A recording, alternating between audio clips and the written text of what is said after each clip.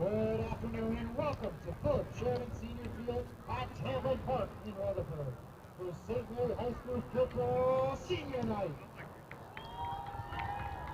Today's out-of-conference matchup features the visiting Immaculata Spartans and your St. Mary Gales. Test. We ask at this time for you to please rise and wave your hats for the playing of our national anthem.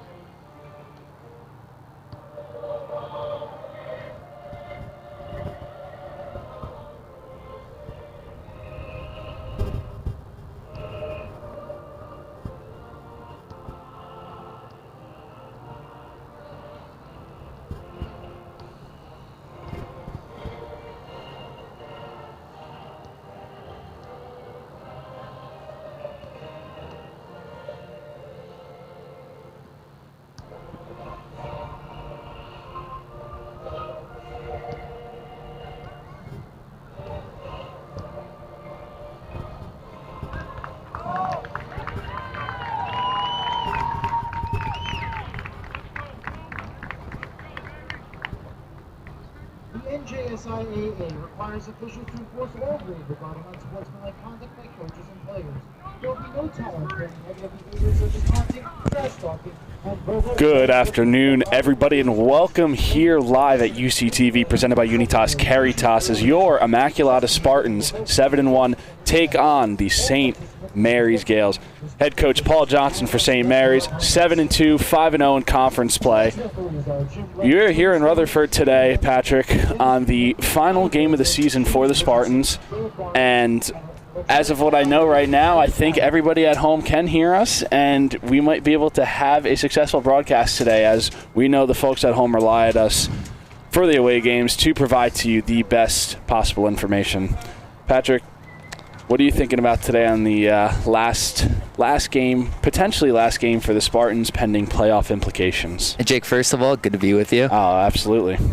This is a step up in competition for Immaculata, right at a time with a game with playoff implications. These St. Mary Rutherford Gales, 7-2 on the year, lost their opening game of the year, 6-1 until that spot.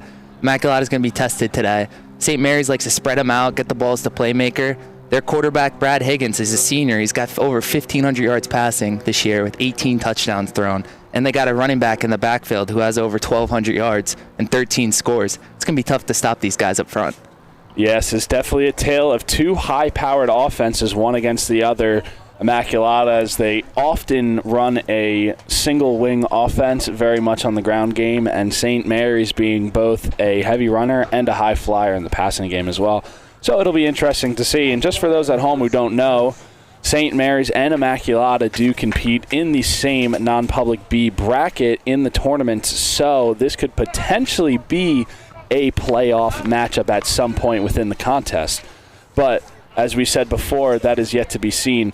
I know, Patrick, you have some of the information about the New Jersey High School PowerPoint rankings and how that kind of operates with those guys. So if you want to give a little context to that. From NJ Gridiron for the non-public B bracket, which St. Mary Rutherford and Immaculata are both in, Gridiron has Immaculata currently at the 5th spot and St. Mary's Rutherford currently at the 9th spot. So this is a huge matchup between these both teams to try to get into the playoffs, Jake. Yes, and as it's noted, the top 6 in the bracket are able to get into the playoffs. So speaking of which, we will bring you down to the field here in Rutherford. St. Mary's versus Immaculata. Immaculata deferred the coin toss and will be receiving it here in the first half as St. Mary's gets ready to kick it off to start the first play of the game. Little squib kick that's going to be sent out of bounds for a flag, and the Spartans will start once again with quality field position. End over end kick, Jake, goes out of bounds there. Great start by Immaculata. Good field position coming out of the gate. Very much so, Patrick.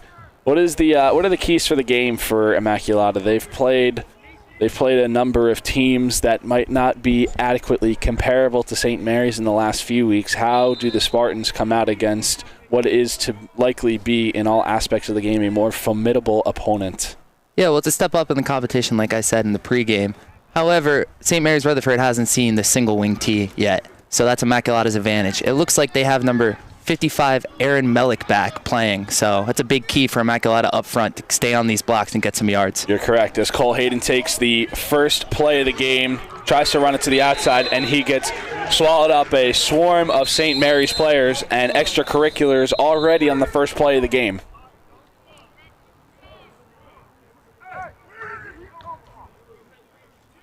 Waiting to see this flag, Jake, but Coach Colombo is not happy about that opening play.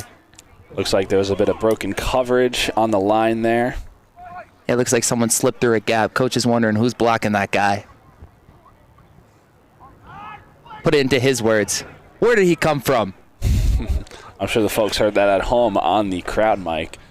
Nevertheless, it doesn't seem to matter too much, as it seems the penalty win against St. Mary's, and that will give Immaculata a 15-yard gain on the play. Unsportsmanlike conduct on the defense for St. Mary's. Definitely not something you want to do after you finally get somebody in the backfield on the first play of the game. Yeah, negative play for loss, and they get a taunting penalty after the play. Not a great start for St. Mary's. Immaculata do their little lateral line shift changes. That's a direct snap to Spilly. Spilly's going to try to push through some blockers, and he's going to be smothered up once again. 2 plays for St. Mary's, 2 tackles for losses by them.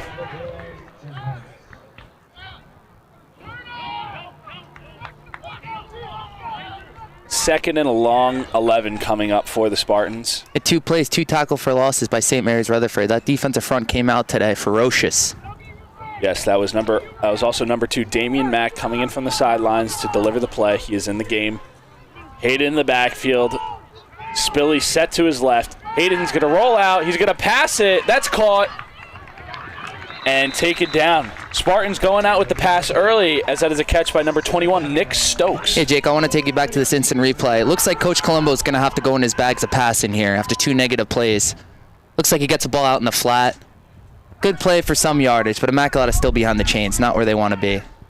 Immaculata, 3rd and 8 coming up just across midfield. Hayden and Spilly in the backfield once again. Bunch set to the right. Little runaround play. Hayden's going to go and look to throw again. Running to the sideline, nowhere to go. Fighting for some extra yards. And he's going to be taken down out of bounds near the St. Mary's sideline. Yeah, good coverage here by St. Mary's as their safeties take a nice step drop and get back. But it looks like he was looking for his brother Quinn, and he was blanketed up there by that safety. Great job by the St. Mary's Rutherford secondary. Yes, that was in fact good coverage, and that will yield a 4th down for the Spartans.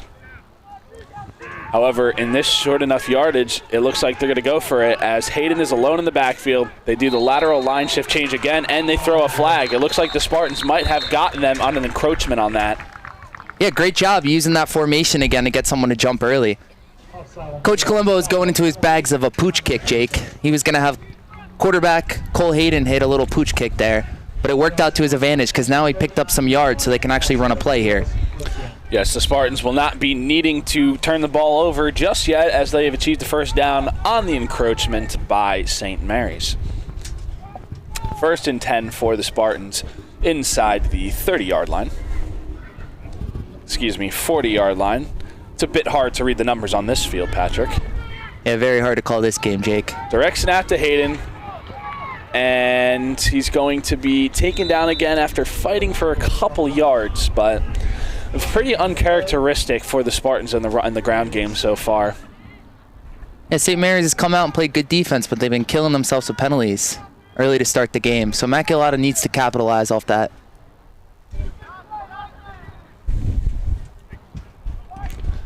2nd and 7 coming up for the Spartans. We'll do our best to try to call the down and distance as the chain gang is on our side of the field. A little bit tough to navigate. Anyways, that is a carry once again by number 21, Nick Stokes. Nick Stokes has really come on as one of the power-headed backs in the Immaculata backfields the last few weeks. First good real blocking sequence from the Immaculata Spartans there. Picking up looks like a gain of 5.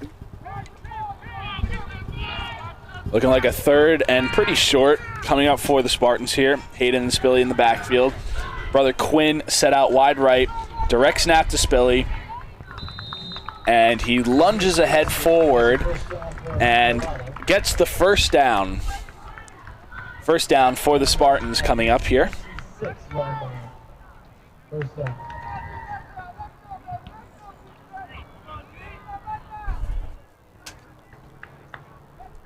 26 yards to go for the Spartans for a touchdown. 10 yards to go for a first down. 1st and 10 for the Spartans. Lateral line change once again. Hayden takes it, swarmed up, cuts back to the left side, finds some space down the field, running guys over, inside the 10, down to the 5-yard line. Great move by Hayden to avoid potential danger there.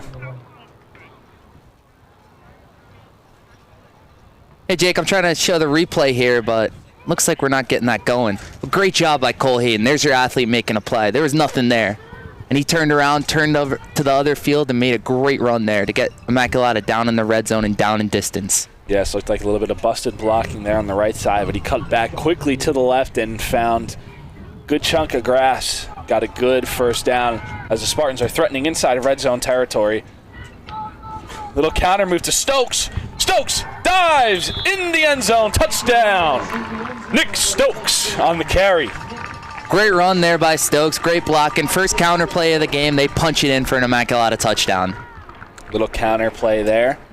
Unfortunately, as all things can't rightly go smoothly in the UCTV booth, the instant replay button seems to not be working, so we cannot show you that. However, you can go check the highlights on at the conclusion of the game, or if you're watching on YouTube, rewind about 20 seconds. My favorite button is now not working, Jake. That's a problem. Speaking of favorite things, my favorite player, Mitch Carr, is on the field, up for the extra point, and it's good. 7-0 the Spartans lead with 7 minutes and 37 seconds on that clock. Yeah, great opening drive by Immaculata. Capitalize off of St. Mary Rutherford's mistakes and punching that in. 7-0 early lead. Definitely, if you receive the first possession of the game, it is very important to make a statement. And speaking of that first drive was sponsored by Drivers Tire and Service Center, Fleet Service Experts, 908-534-1919 in White House Station, New Jersey. Please go to Drivers Tire and Service Center for all your car and mechanical needs. It's all right, Pat. I can move the layover. So we're back here in the booth. Our YOLO deck has actually begun to malfunction, so I'll be manually changing it for now. But yeah, Patrick, first drive there. How do you think that went together for them? Yeah, as I said earlier, they capitalized off of St. Mary's mistakes. However, St. Mary's came out playing very well up front. 3 plays for negative yardage. Looked like Immaculata was having trouble finding success running the ball, but to finish off the drive, Immaculata was spectacular in the red zone. Very much so, as Mitch Carr sends that deep back to receive for St. Mary's. They're going to try to find some space to the edge, and they're going to be taken out at around the 30-yard line. Great kickoff there by Mitch Carr. Absolutely, Patrick. Very notable how kickers and punters can change fields there, and they back up St. Mary's Rutherford to start the opening drive. You know, Pat, we always talk about how offense, defense. Instant replay's not working.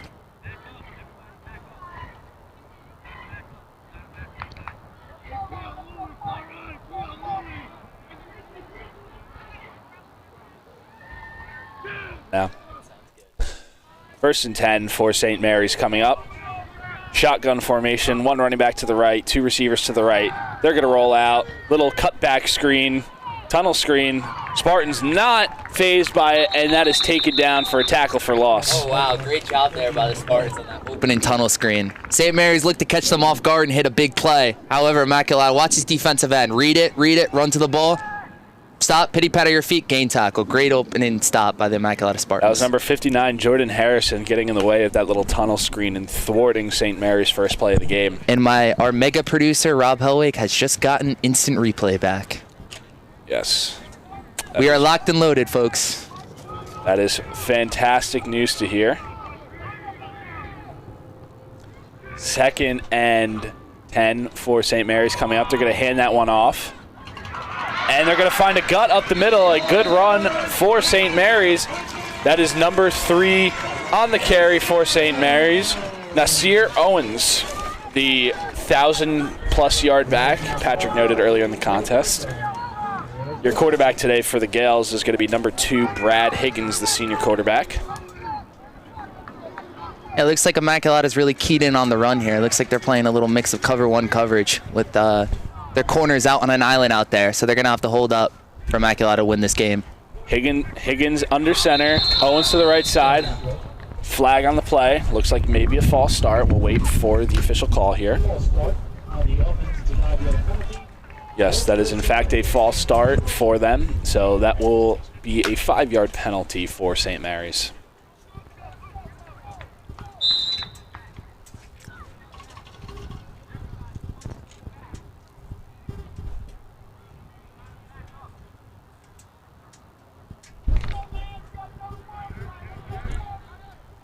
Second and 14 for St. Mary's coming up here. One running back to his right. Couple receiver in motion. He's going to hand that one up the gut to Owens. And he's not going to find too much space there. 3rd and long coming up for St. Mary's. Great job by the Spartans. Looked like they're really keyed in on stopping the inside zone run there. Looks like that's St. Mary's Rutherford's bread and butter to get their passing game going. So great job by Immaculata right now. Yes, we noted Owens is a 1,000-yard rusher, and their quarterback, Brad Higgins, is also a 1,000-yard passer, so they can do it on both sides of the offense. So we'll see what they draw up here.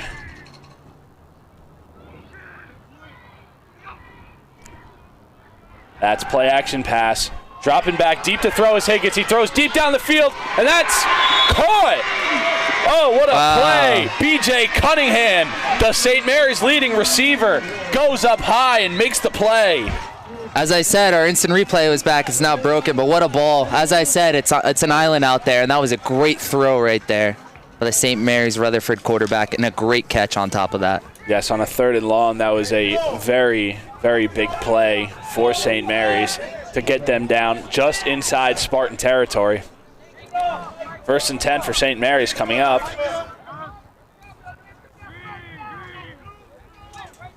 Watch B.J. Cunningham here once again. And that's handed off up the gut to Nasir Owens.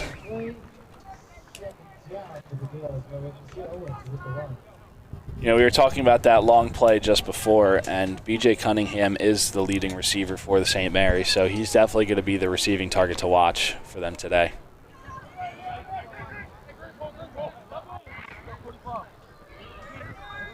Second and 7 for St. Mary's. 2 receivers to the right, 1 to the left, 1 running back flanked in the backfield. Runner in motion to the right side. That's going to be a run up the gut for Owens, and he's going to be met by a number of Spartans that take him. Looks like that was for the Spartans, number 45, Luke Lobb on the initial hit, and Jameer Black coming in. Yeah, that's Immaculata's guy, Luke Lobb. Met that running back in the hole and made a great stop on the play. 3rd and 5 for St. Mary's coming up at Immaculata's 14-yard line.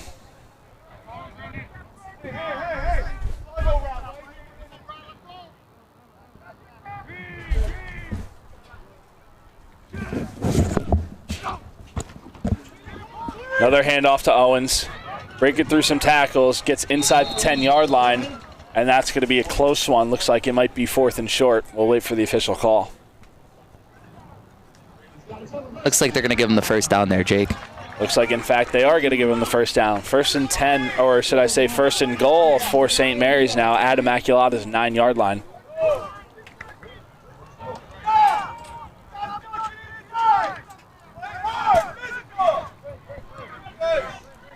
Spartan coaches offering some words of wisdom for their defense as they have their backs up against the wall now. St. Mary's threatening inside the 10-yard line.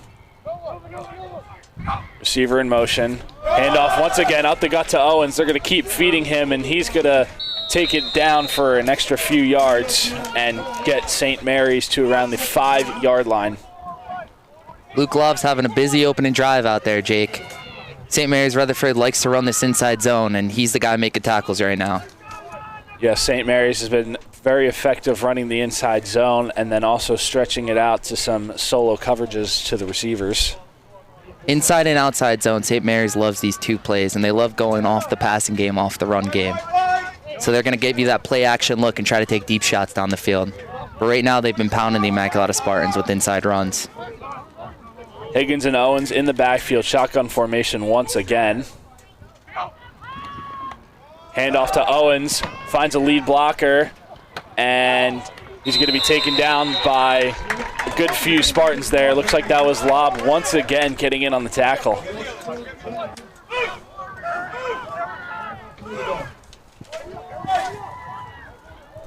Kyle Holpe checks into the game for Aaron Melick.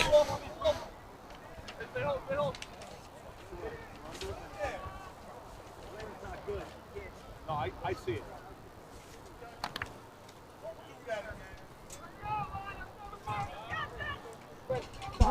Little I formation action here from St. Mary's Rutherford, like the old Immaculata Spartans. Yes, 3rd and goal for St. Mary's, threatening on the goal line. Little pitch play up to Owens. Owens going to dive forward into the end zone for a touchdown. Touchdown, St. Mary's. Nasir Owens on the carry.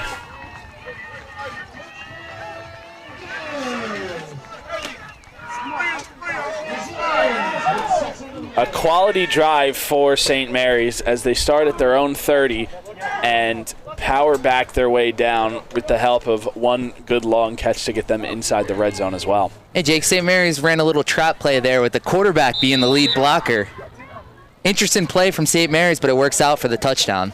St. Mary's on for the extra point here. Clean snap, clean hold. Kick is up, and it's right down the middle. St. Mary's converts the extra point. It is now 7-7 here in the first quarter. We have about 3 minutes and 52 seconds left. We'll pan over to that now. Scratch that. Looks like it might be 32 seconds. The scoreboard is about 100 yards away from where we're currently sitting. It's a bit hard to see. Very hard. We got a glare, Jake. We got the scoreboard. The numbers are dwindled. Yeah. Hard to be you, isn't it? My YOLO deck here where our instant replays down. My YOLO deck where I change all the things. Yeah. My buttons aren't working, so we got to go manual on the board. There's a lot of things that everyone needs to do better today. So can you make sure the folks know we are not complainers, by the way? This is actually happening. Yeah. So at the end of the conclusion of the first quarter, you'll be getting a shameless UCTV advertisement to help us upgrade our software so we could bring you the best possible product on the field for Immaculata. Anyway, St. Mary's kicks that one deep off. That one's going to be returned this time by the Spartans. Looks like he finds some space down the sideline. He's broken to the 40, to the 30, to the 20. No one's going to catch him. Touchdown. Damian Mack on the kick return touchdown. Great play by Damian Mack, taking it to the house. Great blocking by the Spartans. That's how you respond to an opposing team's touchdown. 13-7 Spartans. Special teams, special teams, special teams, Jake. The third facet of the game and sometimes the most important part of the game. Special teams, special plays, special players. And folks, we tried to fix the instant replay for that one. But you can always check out our post-game highlights at YouTube TV. Same link. I also once again refer you to rewind 30 seconds after we see this Mitch Carr extra point.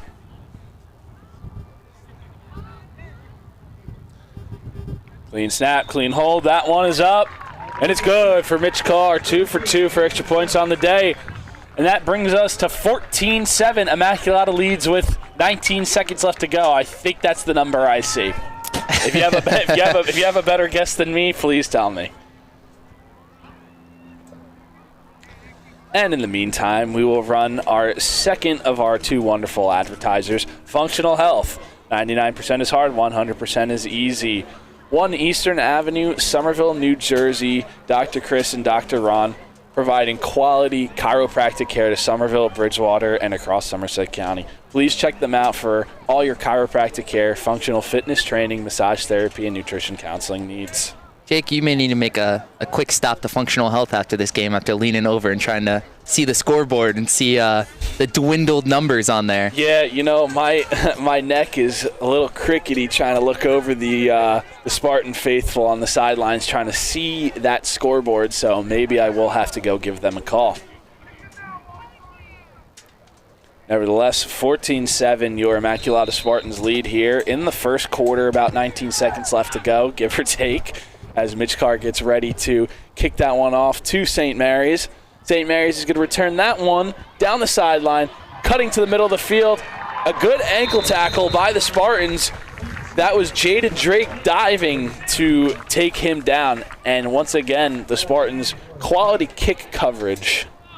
Yeah, very good kick coverage right there, and great shoestring tackle by Jaden Drake. As the St. Mary's Rutherford backman was trying to switch fields, flip that thing outside. Great job by Jaden Drake. Very much so. Definitely, as we get to the end of the first quarter here, a bit more clean football than we've seen in recent weeks from both teams. It looks like we're going to be having a hotly competitive contest, as you noted earlier, Patrick. Yep, hopefully. 1st and 10 for St. Mary's. 1 receiver split out to each side. They're going to go back to pass. That one's knocked down at the line by Aaron Mellick, number 55. Great to have him back, Jake, getting his hands up and knocking down that pass. As the quarterback was trying to go out with a slant there on man-to-man coverage on the outside. Aaron Mellick got hurt a few weeks ago somewhere in the leg area and was not playing in the last few games, and this is his first game back. So definitely the Lafayette football commit is one of those guys you desperately need back to play against a formidable team like this. 2nd and 10 for St. Mary's coming up.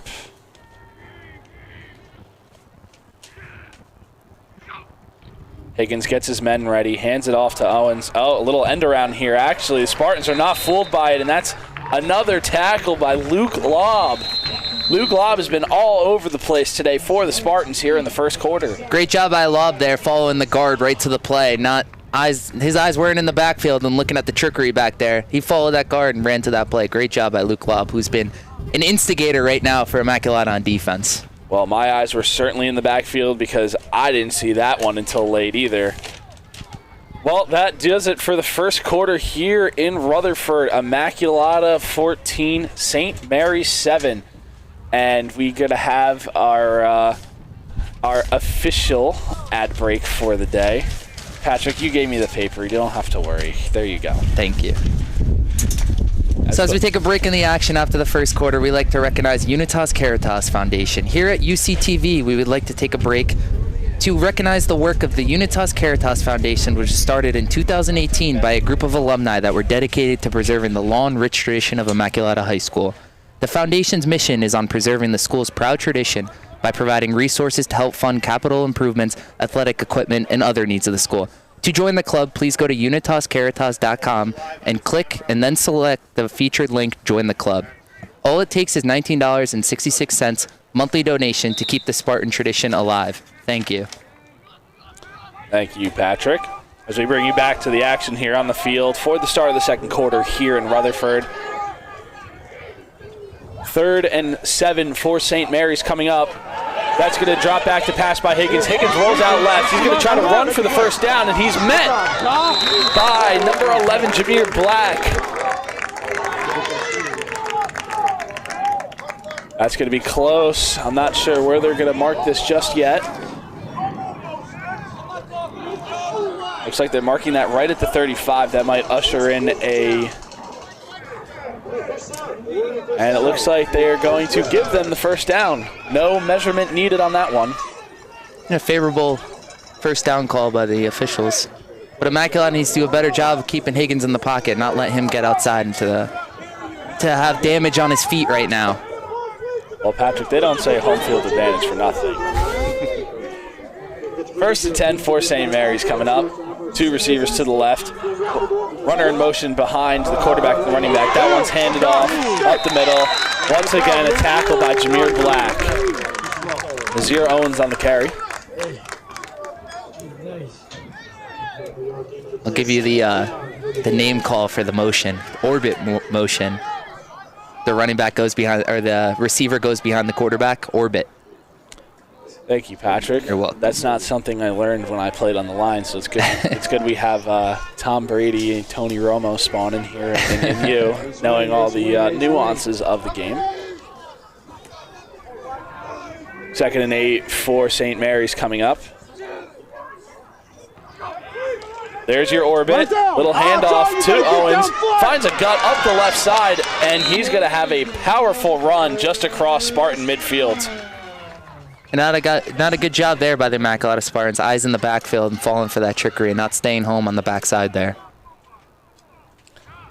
Yeah, that is usually a play you would probably have the defensive end be on contain and make sure something like that doesn't happen. So that might be an adjustment point for the Spartans coming up if they continue to run orbit, Pat. 1st and 10 for St. Mary's. Doubles right, 1 running back to the right. Looks like Higgins going to drop back to pass. Gets away from a sack, throws the ball, and it's picked up by Jameer Black. Jameer Black's running down the field to the 10. He's going to be taken down. That's a close play. That is a close play. We don't know if this will be an incompletion or not. Well, we have the official in the white hat calling an incompletion there. For my eyes, Jake, it looks like he lost control there. But as you noted, high school football does not have instant replay. This is a big call in the game right now. We're going to turn up the game volume and see if we can get some action down on the field here. This is a great time to have instant replay right now, Jacob, as we have the only eyes on this previous play.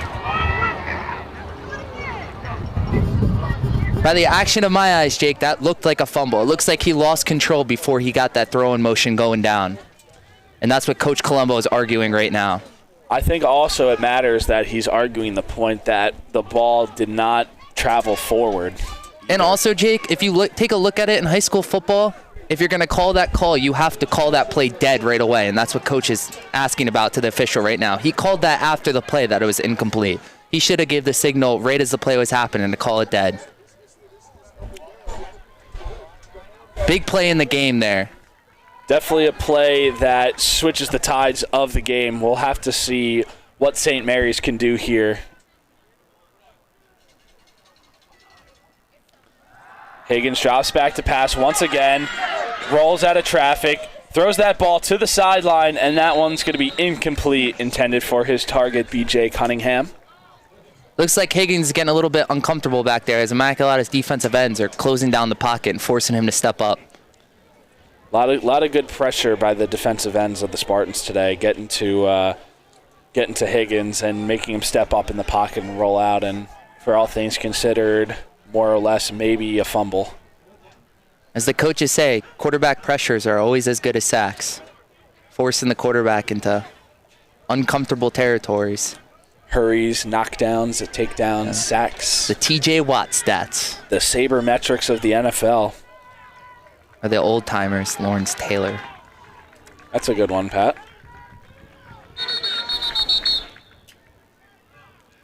Whistle.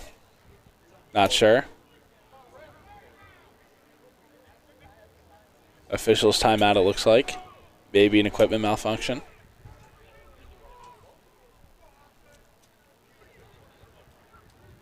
Jake, we're supposed to be neutral announcers out here, but we've had some very fun officials during our calls of the Immaculata football games. Patrick, it's a hard job. I understand. See, the hallmark of a good announcer is not necessarily being biased for one team or another, but just wanting to clearly understand the rules of football and want them to be enforced accordingly. Yes, sir, Jake. Kind of like Joe Davis calling the Los Angeles Dodgers games in the World Series. Yeah. Not biased. Well, trips right for St. Mary's, one running back to the right side. I genuinely can't tell what down it is, I'm not going to lie. Anyways, that's Higgins back to pass, and he's going to run for it. And a gust of wind blows half the papers off of our desk, so sorry I could not get you the most accurate call on that one, but it is in fact going to be 4th and 5 for St. Mary's at the Spartans 45. Yeah, if I had the replay, I could show you what St. Mary's ran, but they ran a little dig route underneath, and it was a good play call, getting them short distance to try to convert this. Looks like St. Mary's is running the Dan Campbell offense and will be going for it on 4th and medium inside opponent's territory. Trips right. Higgins rolls out right to pass. Looks to throw a quick route to the sideline. He got B.J. Cunningham, and it's caught, but he drops the ball. Looks like they're just going to call that a fumble and a recovery. So it looks like that is a catch, fumble, recovery by B.J. Cunningham, and it's going to be a first down for St. Mary's. A nice comeback route there by Cunningham. Getting past the sticks and getting the first down for St. Mary's Rutherford. Going to pick up those papers that flew away, Jacob. Okay, you do that. Looks like the Spartan sideline's a bit perplexed about the drop ball from Cunningham. They must have ruled it a fumble if that was the case. However, first down for St. Mary's. They're going to hand that one off to Owens. Owens is going to be thrown down right at the line of scrimmage for no gain. Yeah, Aaron Mellick there for the Immaculata Spartans, coming off the line and making the tackle.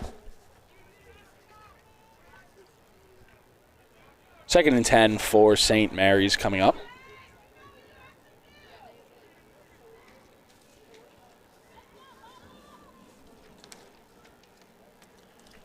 You know, Patrick, I know this is all only our 4th or 5th game doing announcing, but the fact that it is early November and we have these wonderful temperatures, even last week as well, is just, I feel like I'm calling September games.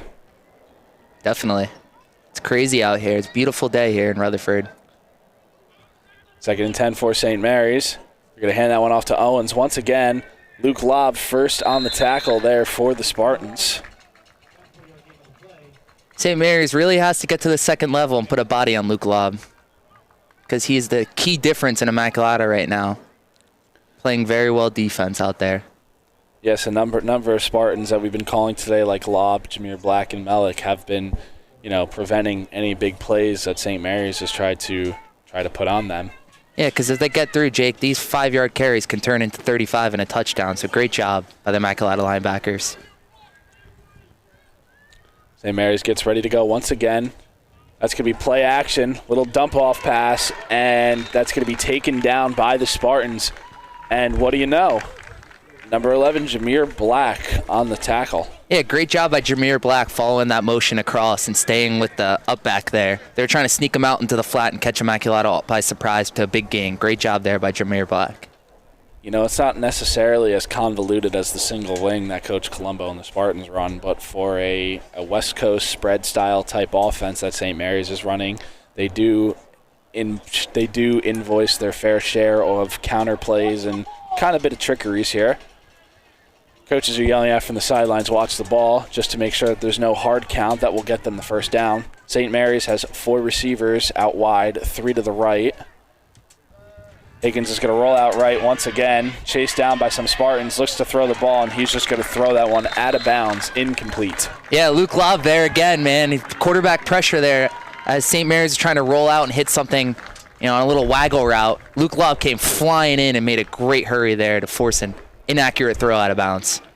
Yes, most of these trips right plays for St. Mary's has their quarterback Higgins rolling out to the right, and there's just been a great chase down by all the Spartan defensive linemen to, hurry the play away and eventually get them to throw it. Yeah, it's hard because St. Mary's wants to roll out, but their quarterback wants to stutter his feet so he could set to throw and not have a full sprint out because it's hard to throw on the run. But Immaculata is really pressuring him. And I apologize, it was hard to note, but that was 4th down, so it is now first down for the Spartans. And that's going to be a quality first down run there for number 2, Damian Mack. Double counter action there. Pickup of 11. Great first play out of the gates by Coach Colombo. Great call. Exquisite call. It always feels good to pick up a chunk play coming out of the gate to start a drive. Especially on a drive where you feel like you weren't vindicated for a good play that was made that could have resulted in a touchdown. So I know Coach Colombo and the Spartans are going to be eager to punch this one in as a statement. 1st and 10 for the Spartans here at their own 43-yard line. Hayden in the backfield, Spilly alongside to his right. A little bit of, well, check that. They're going to do a direct snap right up to Hayden. Hayden's going to do a little dance, and he's going to find himself across the 50-yard line. That was a new shift formation I've seen from the Spartans, Pat. Yeah, and also very good run by Cole Hayden. East to west run right there. Looks like if he broke that last tackle, he might have been gone there, Jake. But looks like he just stumbled right there as he met the linebacker. Yes, and for all you viewers at home, we did walk the fields pregame, and it is very much different than turf, and it is tough for sure for these guys. Spilly on the carry. It's going to be first touched around the line of scrimmage and fall forward for a few yards there. He gets the first down. Spartans are in St. Mary's territory at their 43-yard line. Coach Colombo, you see in the bottom left, handing the play off to Damian Mack, bringing it in to the team.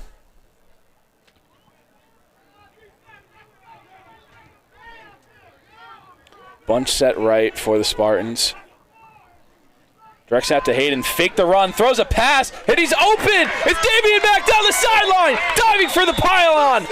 And they're going to put him short just at the 1-yard line. Damian Mack thinks otherwise, but they're going to rule him down at the 1-yard line. Great play execution there. As I said, Jake, when the corners are reading this offense, read and run every play, every play, every play, it's time to break them open. So as soon as Hayden came outside, they thought it was a quarterback sweep out left. Cornerback came down, and they got that pass wide open. Yes, you know, part of it's all about acting, and that was a very good play by Hayden. That was a very good deke. You know, he kind of just sold that he wasn't going to do anything. Looked up quickly and hit his man Damian Mack on the left sideline there. First and goal on the 1 for the Spartans. Hayden up the gut, and that might be his easiest touchdown of the year. Touchdown! Oh, what? Yeah. Yeah, great. Give it to your guy, right? Just Cole Hayden up the middle. It looked like he walked in there, Jake. Ran a little wedge play with the quarterback, right up the middle, touchdown Immaculata. Great stop, coming out on defense, get the ball. Great drive. You know, make sure to never second-guess yourself, because I was pretty sure that was Cole Hayden on the carry, and then the camera zoomed in on Spilly, and I was like, hold on a second. Did I see that right? Anyways, Mitch Carr on for the extra point. Fumbled snap, but he gets that down cleanly, and he hits it good.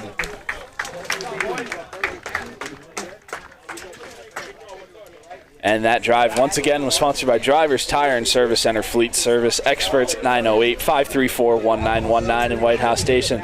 Please visit Drivers Tire and Service Center for all your car and mechanical needs. As we are here live in Rutherford, New Jersey, as Patrick's papers are flying everywhere. Man, can somebody donate $10 to get this man a clipboard? Goodness gracious.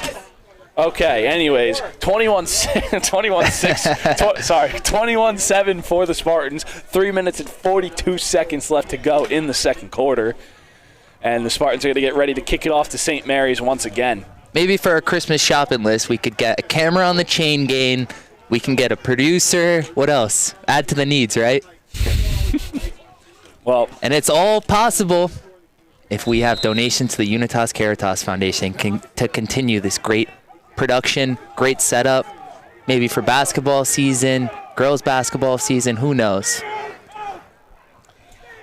Yes, I know many of you are listening at home today as the Spartans are on the road, a bit of a ways away from home, as St. Mary's takes that one here. Little couple cutback tackles, but they're eventually going to be taken down at the 40-yard line. Decent starting position for St. Mary's coming up. But yeah, Patrick, as we were saying, I'll flip it into the booth here for a moment. Yeah, so thankfully for Mr. Frauenheim, he upgraded to nice little binder here instead of just bringing little willy-nilly papers. However, with some of the impending... and my beautiful monitor, let the people know that. Yes, the monitor that is not currently seen on the video. That is pretty much the only reason how I could call these games is having this nice monitor in front of me, getting the camera angle, because I can't see 80 yards down the field, as that one's handed off by Higgins to Owens, and he's only going to get a couple yards before he's taken down. I have to update the folks at halftime of Luke Lobb's stat line right now because he is in on every tackle right now. He's just playing a heck of a first half. Yeah, I mean... There's been a number of guys today that we've called on the Spartan, both offense and defense, that have really just been making a statement today. And it's, this is the type of football Immaculata needs to play. Yeah, it's a must-win game, and they came out prepared to play. And Coach Colombo and his staff did a great job getting these kids ready to play today. It's not easy traveling for these Saturday afternoon games.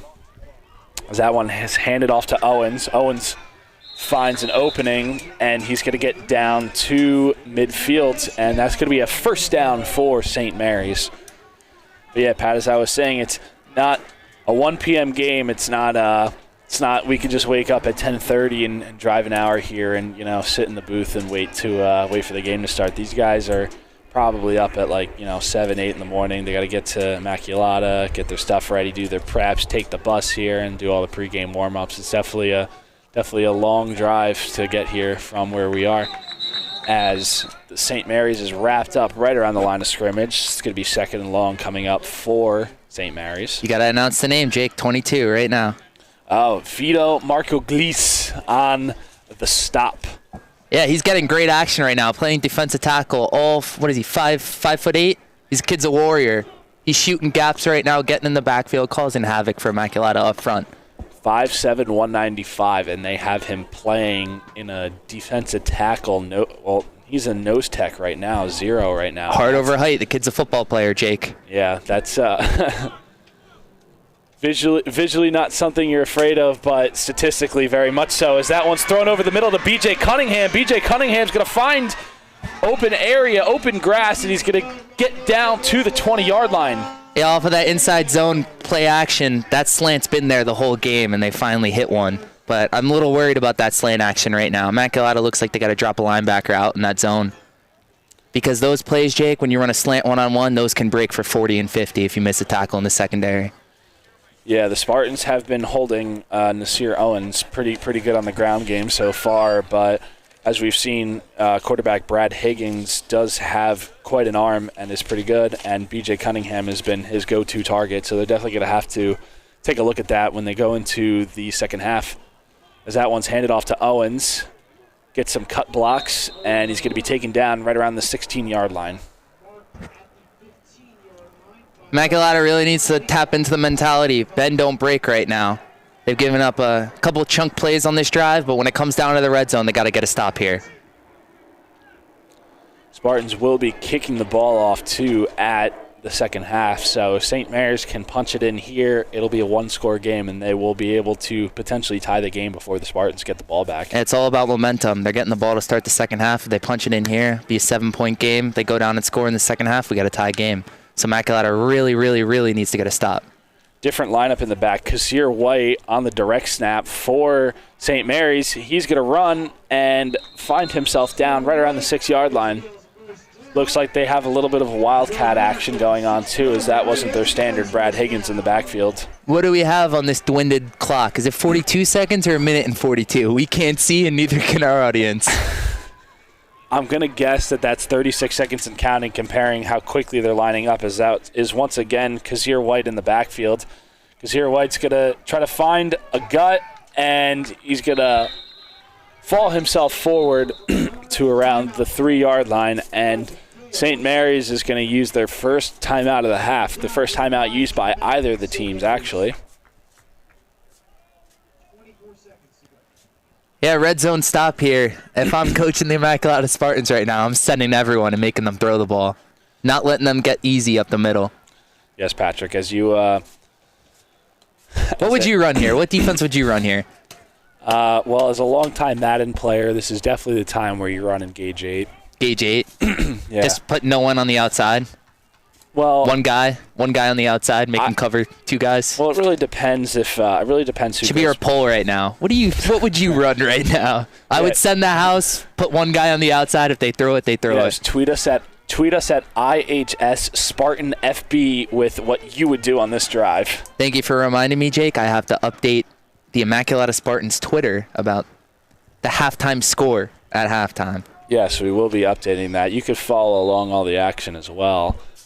We have taken over. We have insurrected the IHS Spartan FB account for your knowing and viewing pleasure.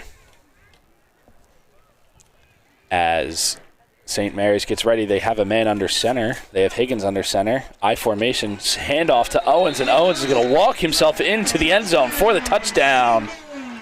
Touchdown, St. Mary's. Nasir Owens on the carry from the I formation. 21-13 here for the Spartans. 20 seconds left to go in the second quarter, pending the extra point conversion here from St. Mary's.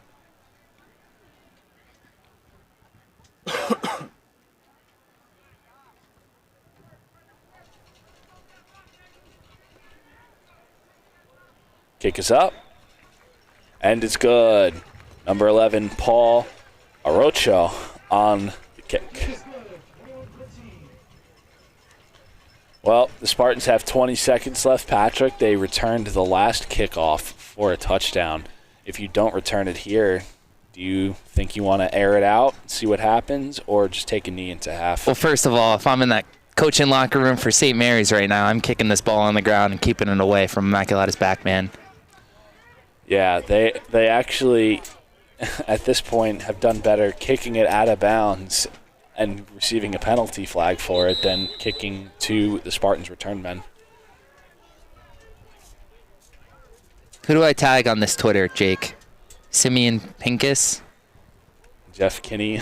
Jeff Kinney. Sorry, everyone, for not calling that touchdown. I was updating the Immaculata Twitter with score updates. Well, don't write it just yet. We don't know what might happen here in the last 20 seconds. I have it prepared. I can change the numbers if be. Looks like they're going to switch sides of the field for kicking. Looks like they're going to put this one in the ground, Jake. I would not kick it back to Immaculata. Coach Colombo definitely has some trickery going on back there. Put this right to the up man. Make Immaculata drive the field. Looks like St. Mary's couldn't get their kicking lineup, and now they have it set.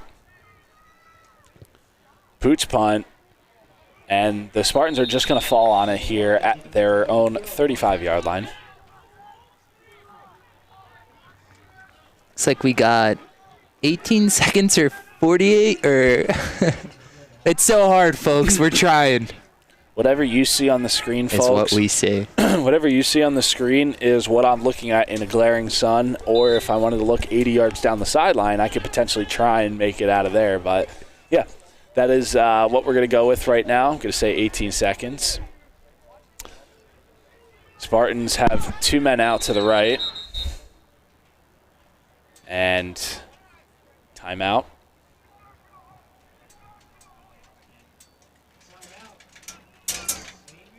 St. Mary's takes a timeout. Probably just wanted to take a look at what formation the Spartans were going to run and see if they needed the correct personnel for what inevitably wouldn't have to be a pass if they want to make a statement here and try and get some yardage. You know, there is only 18 seconds, but we do have to realize, Pat, that the Spartans do, in fact, have all three of their timeouts. So if they're able to get some good chunky yards here, they might be able to parade it down the field. And, you know, worst case scenario, as far as points go, maybe kick a long field goal with Mitch Carr. Yeah, we got to look at Immaculata's playbook. They don't have a repertoire of, passing plays. And they don't also want to expose anything right now that they could use next game or later on as some sort of trickery that will get on film and teams will notice. So I think Coach Colombo is just going to go for 3 straight of his bread and butter runs. Well, I think at this point of the season, there always is the potential for there not to be a next game. So I don't know if I would necessarily say that. But I also agree that it's kind of hard to run a pass play. But they're going to run the ball and get a nice chunk of yardage. That's Exactly what the Spartans needed there. Not even wasting one of their timeouts, getting out of bounds and stopping the clock.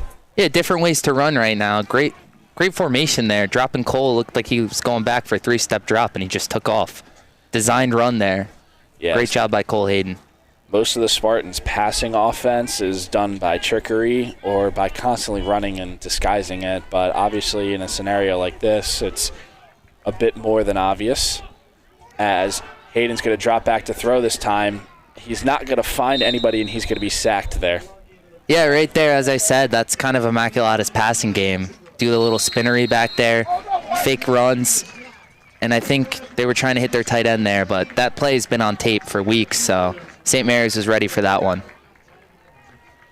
Well, there's going to be no end-of-half theatrics here, as after that sack, the Spartans do not call a timeout and let that one run into half. So here in Rutherford, New Jersey, we are officially concluded with the first half of the game between Immaculata and St. Mary's. Your Spartans 21, St. Mary's 14. St. Mary's will be receiving the kickoff at the beginning of the second half. Patrick, what are your initial thoughts after one half of football so far? Well, first of all, I was able to post that tweet. It was ready, locked, and loaded. For some of my first half thoughts, one guy stands out for me. It's Luke Lobb. He's all over the field. I'm going to check his statistics right now and let our audience know his stat line. But St. Mary's they're going to have to block him, or Immaculata's going to win this game. He's disruptive right now. And for Immaculata, it's keeping everything in front of them. St. Mary's is full of playmakers that can take over this game right now. You got to watch for that quick slant. Everything's going to be done off of that play action inside zone run. So Immaculata's secondary has to really lock in on their keys to win this game.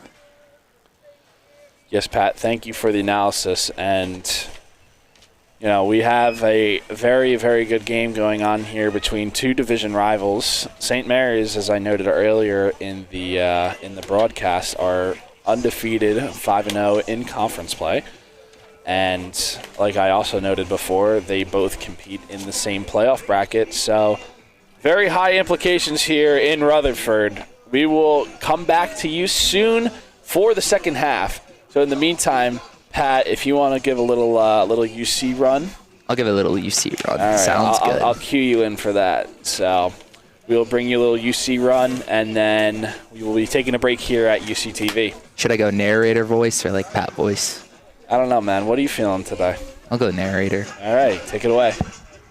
As we take a break at halftime, here at UCTV, we would like to take a break in the action to recognize the work of Unitas Caritas Foundation, which was started in 2018 by a group of alumni that were dedicated to preserving the long, rich tradition of Immaculata High School. The foundation's mission is on preserving the school's proud tradition by providing resources to help fund capital improvements, athletic equipment, and other needs of the school. To join the club, please go to unitascaritas.com, click, and then select the featured link, Join the Club. All it takes is a $19.66 monthly donation to keep the Spartan tradition alive. Thank you. We will be back shortly. Thank you for that, Patrick. And please stand by, as we will be back shortly here at UCTV for the presentation of the second half.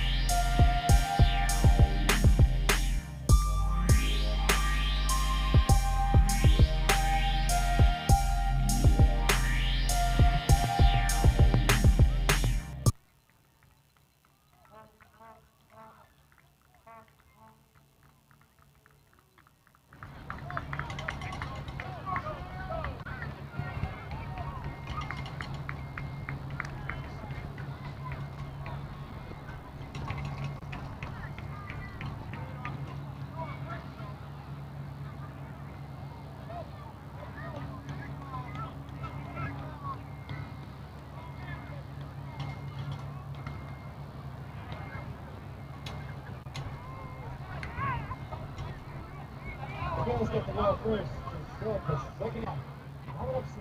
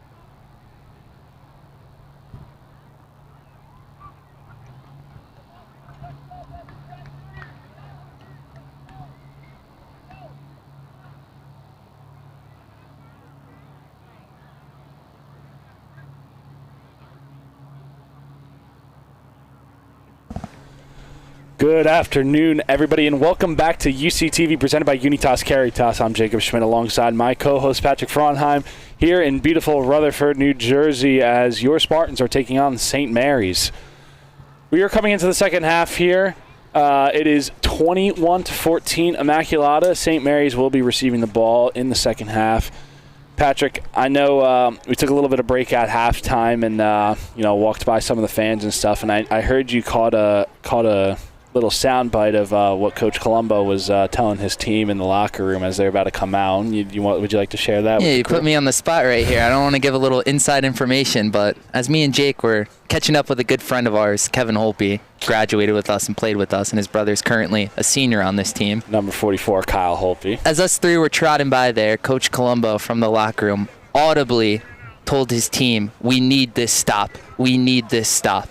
This stop right here coming out of the gate in a one-possession game might be the tie to the second half.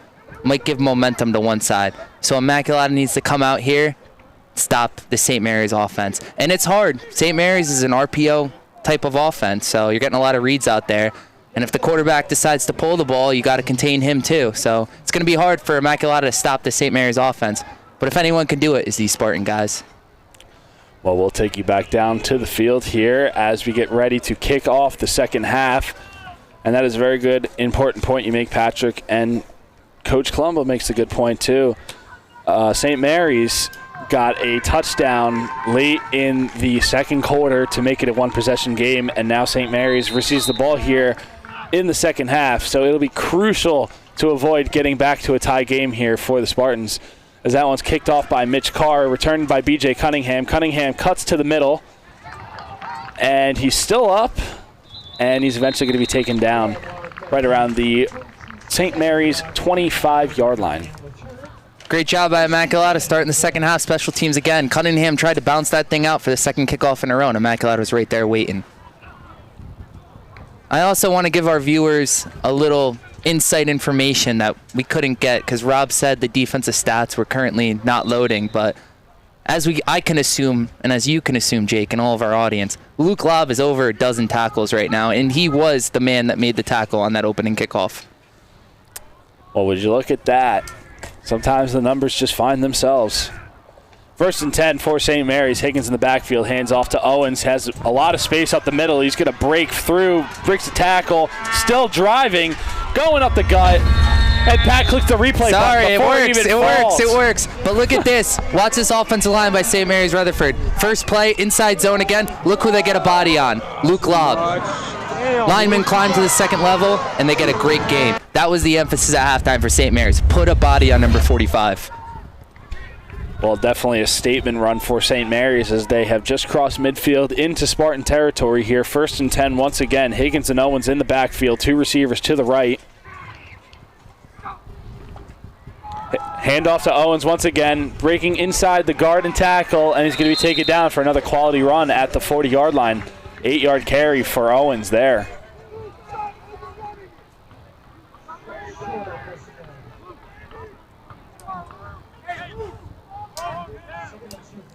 Two powerful plays for St. Mary's leads them to the Spartans 40. This is definitely the exact type of statement St. Mary's wanted to do starting this drive here in the second half.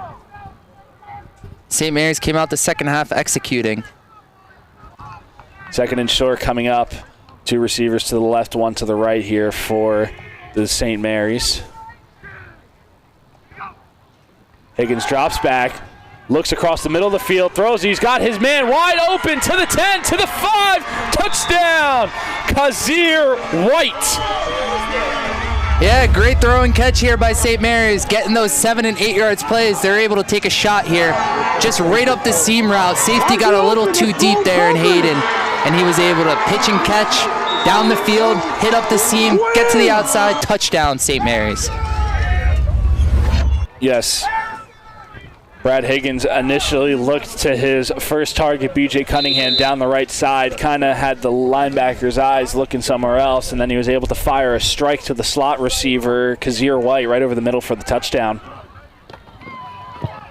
As that kick is no good, tip drill for the Spartans. Even though St. Mary's scored a touchdown on that opening drive, Spartans get a little bit of relief there as they miss the extra point, and the Spartans are still up 21-20 here in the third quarter. 10 minutes, 29 seconds left remaining. Big break there for Immaculata, missing there. Every point matters here in this game, especially in this high-scoring second half we already have.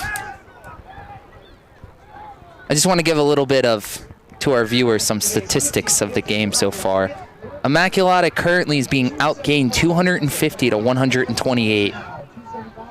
Passing yards, St. Mary's is 125 in the air. Immaculata has 43. On the ground, St. Mary's is over 100 yards as they were at 125 yards, and Immaculata is currently at 85 yards.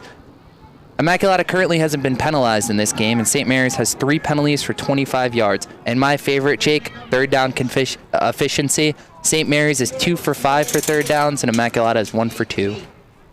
Time of possession right now, St. Mary's is leading by a commanding force. I think I can go total plays, Jake, 34-15 St. Mary's. Immaculata, which is a team that used to having the ball right now, is not having the ball for this game. As that ball's kicked off, little pooch there to Quinn Hayden. Quinn Hayden is going to be taken down right around the 35-yard line. And Pat, to your point there, the Spartans did return a kickoff for a touchdown, so that could potentially skew the play metrics a little there. And as far as St. Mary's just goes, outside of that last drive, which they got down the field relatively quickly, St. Mary's has been taking a lot of commanding long drive plays and really jumping up those numbers there. Yeah, St. Mary's has really been sticking to their bread and butter with that inside zone and running RPOs off of it. If Immaculata's not going to stop it for tackle for losses or short gains of 1 and 2, St. Mary's going to stick with that for the rest of the game. 1st and 10 at the 35-yard line for the Spartans. Hayden and Spilly in the backfield. Direct snap to Hayden. Hayden finds some open grass to the left side. Stiff arms a man, still riding him down the sideline, and he's going to be going across midfield, but it looks like there's a flag thrown. Let's see this, Jake. We got a little Derrick Henry stiff arm action here by Cole Hayden on the outside. Looks like we had a neutral zone infraction by St. Mary's that was not called, and then the stiff arm at the end of the play. Hayden's hand might have gotten caught in his face mask, and they might be hitting Immaculata for a face mask penalty. Hold on one moment, Pat. We're going to listen in on the field here.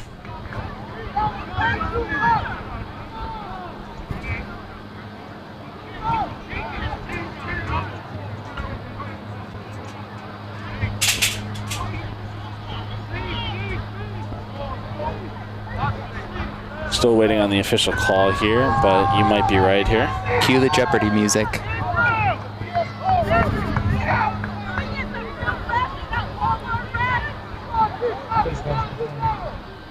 Looks like Patrick was correct, Jacob.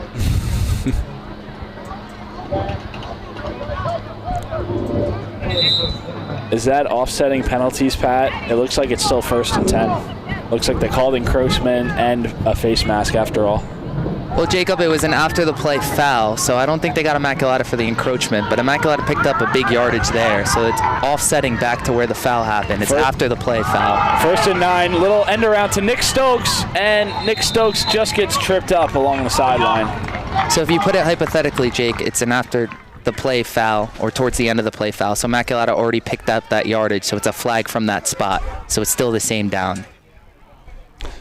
Thank you. That's why we have our rules analyst here, Patrick Jean Sarator Frauenheim in the booth for all your specifics on high school needs. But yes, 2nd and 2 for the Spartans coming up at their own 44-yard line. Hayden and Spilly in the backfield. Damian Mack set out wide left. Hayden up the gut once again. And he's going to be met by a swarm of St. Mary's players. Not sure exactly where they're going to measure that ball. It looks like it's going to be close to a first down, and it looks like it might be 3rd and short.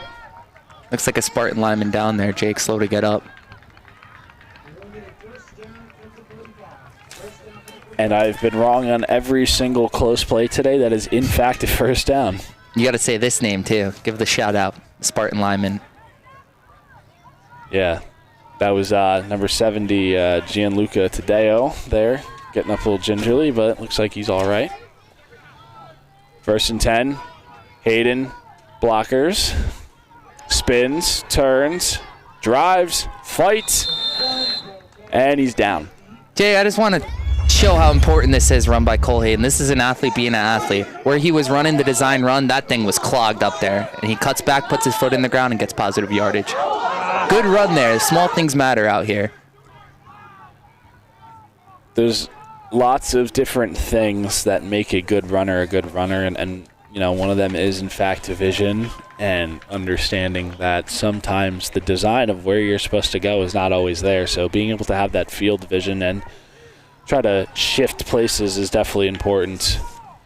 That's a direct snap to Jameer Black. Had Hayden as a blocker in front of him, and he's going to get a few yards there on the carry.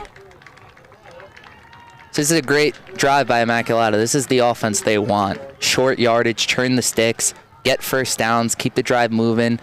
And most importantly, Jake, that clock is running. Yeah, Pat, you know, it's funny you say that because I was just looking at my phone at the time. It is 2:15, and, I mean, we're well into the 3rd quarter at 1:15, and this isn't even a running clock game. So that just goes to show that there's been a lot of completions and passes here as Jameer Black once again takes it on the carry. No more Oppenheimer movies for our audiences out here. No more 4-hour movies. Well, we shouldn't be so sure of that yet, as we're not particularly sure what is to come for the rest of this game, but we shall see. As the Spartans are getting well into St. Mary's territory at their own 38-yard line. 2nd and 5 coming up. Jameer Black replaces Spilly in the backfield. Jameer Black gets that direct snap once again. Hop, skip, and a jump through the middle of the zone, and he's going to be wrapped up. Looks like 3rd and short coming up for the Spartans.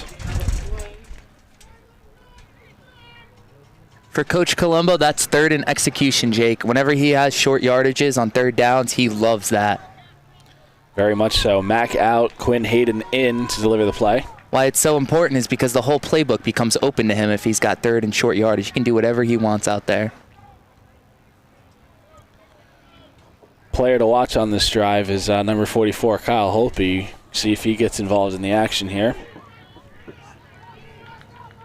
Little lateral line shift change for the Spartans. No encroachment penalty yet. Bunch set to the left. Direct snap to Jameer Black. Once again, he's going to run a guy over, and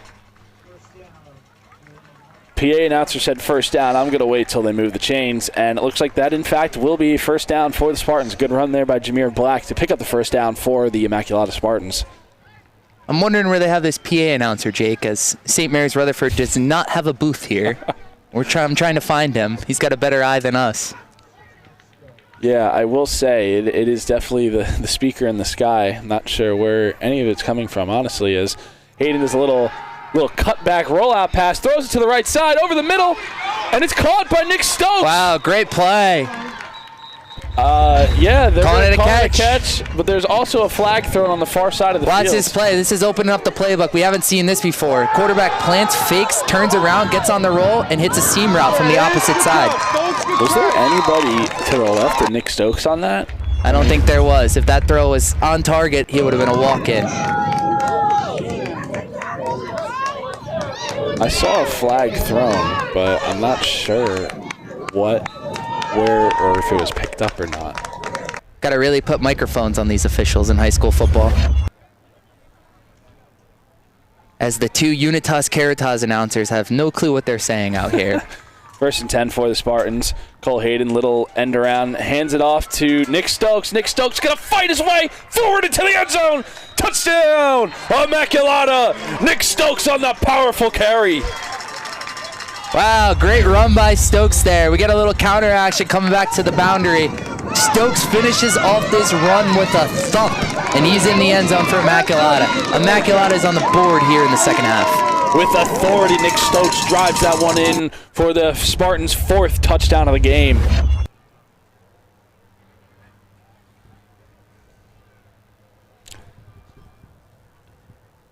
As it looks like we're going to wait a little bit of time here before the extra point.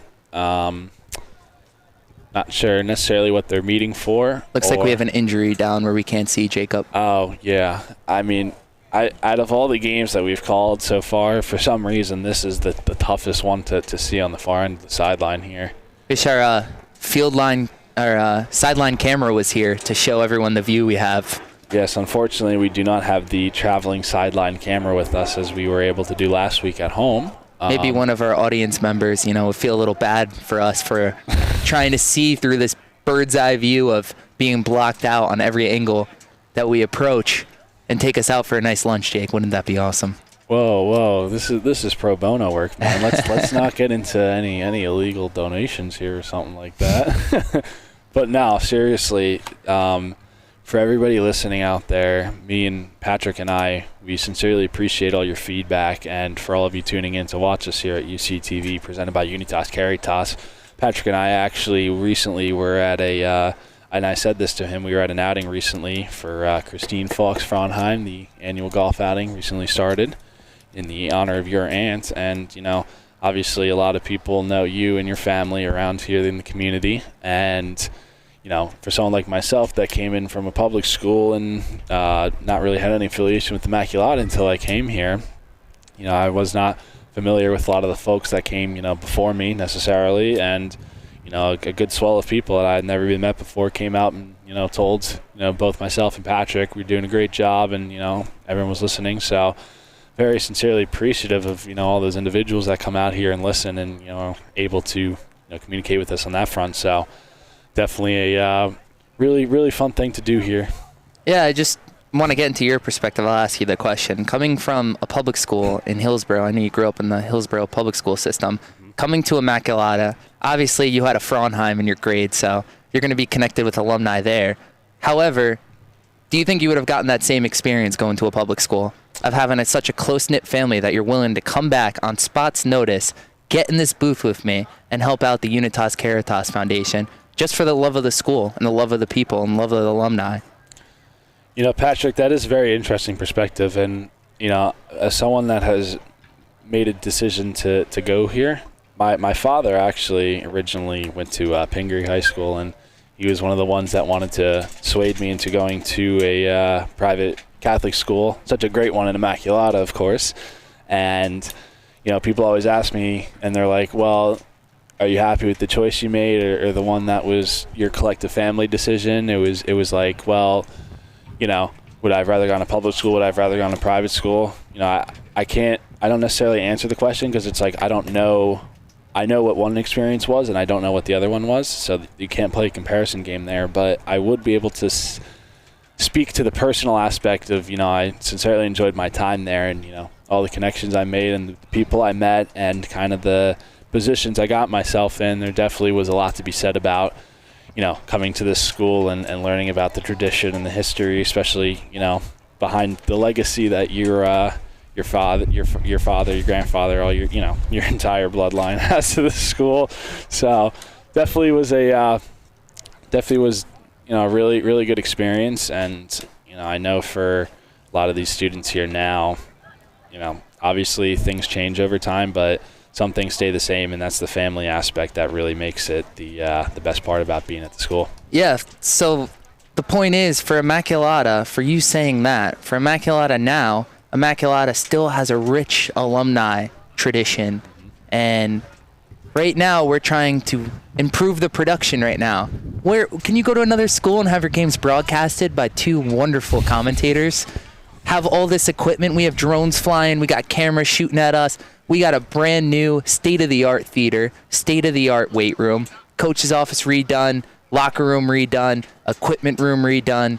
I know Coach McKeever, basketball, his office is brand new, beautiful. Immaculata Cares, our alumni care. The Unitas Caritas Foundation is such a great tradition to kind of restore all these traditional values that made Immaculata so great, and we're glad to be a part of it.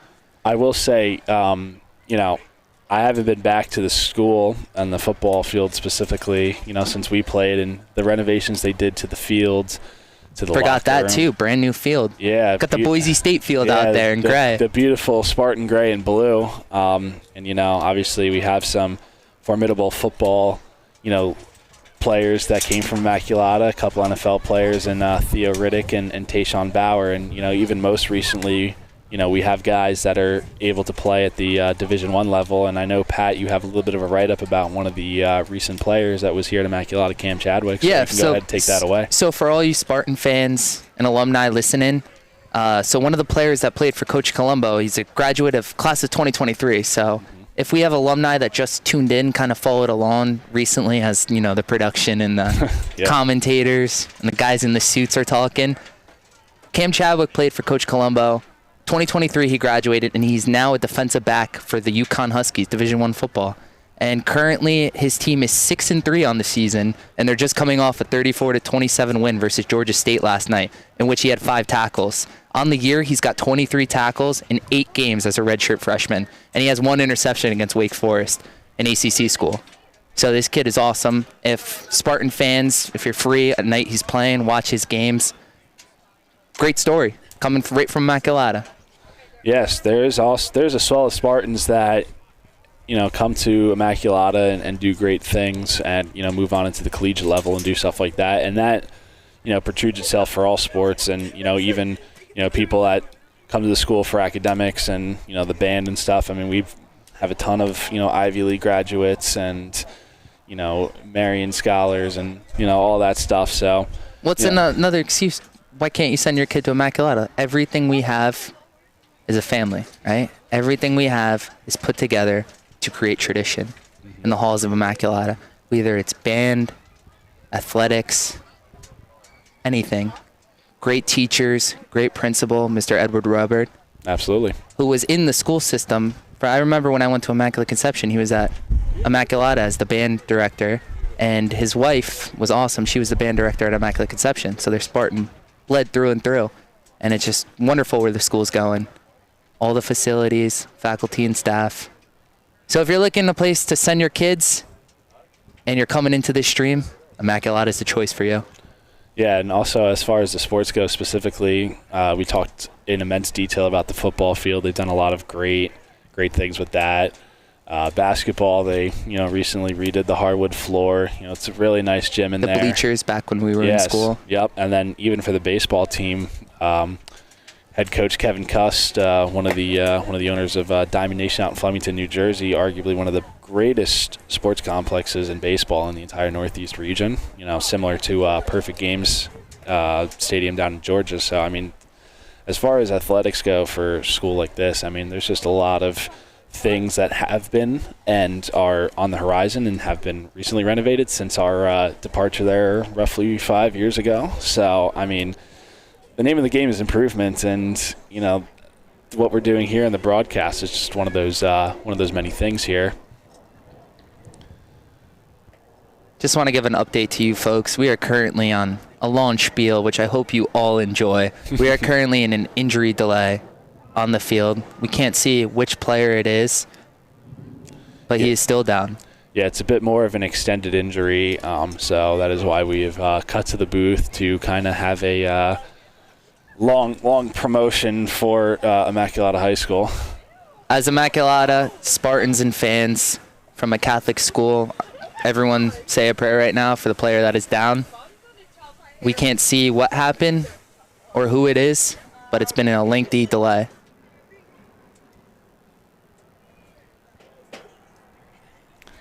Well, I think we've given the people a swell amount of information. What's better to after we're done with our spiel?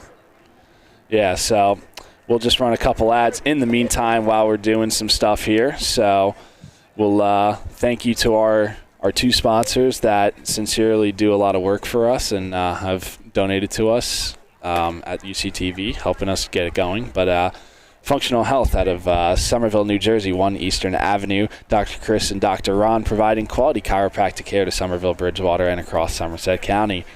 Please visit them at Somerville or call them at 908-722-0500 for all your chiropractic care, functional fitness training, massage therapy, and nutrition counseling needs. And we'll also give another shout out to our other sponsor, our first one, Drivers Tire and Service Center, Fleet Service Experts, 908-534-1919, White House Station, New Jersey. Please give them a call for all your automobile and other needs. So with that being said, we'll just cut on over to our little Chiron of Please Stand By as we wait to see the conclusion of the second half here in Rutherford. We will get back to you live once the injury timeout has concluded. So please stand by. Got a little update from our on-field magician, Rob Hellwig. He said there's a shoulder injury and ambulance is on the way, so just giving everyone an update. Yeah, so we are going to require medical personnel here in the ambulance for one of the players here. I'm actually not quite sure if it's a Immaculata or a St. Mary's player just yet. I'm going to go on the field and get a sideline report, Jake, so I'll be back shortly. All right, Pat's going to do some sideline reporting. Pat, take your phone with you. You can send me a text, and I'll let everybody know. But, yeah, in the meantime, both the teams have retreated to their bench here and are going to take some time to stretch and stay loose once again, as St. Mary's is now going through the pregame warm-up stretches once again, as it might be a few minutes here before we start gameplay once again. And I'll wait a few moments from Patrick to get us some information. They've noted it is, in fact, a player on St. Mary's. So, as we noted before, we will continue to pray for them and their well-being, good health. So, with that being said, we will cut to what you could consider a commercial break. We'll just play some background music, and we will just tell you to stand by in the meantime, as, like I noted, both teams are warming up, and the ambulance is on the way. So please stay tuned. Thank you.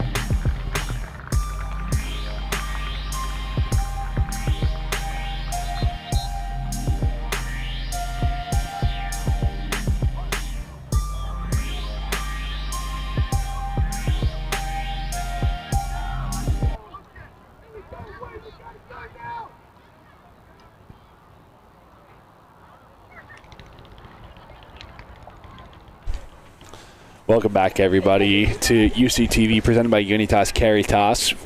The injury has finally concluded. That, unfortunately, was to number 17 on St. Mary's, Sebastian Johnson, the tight end and linebacker, the junior. So prayers up to him on that one.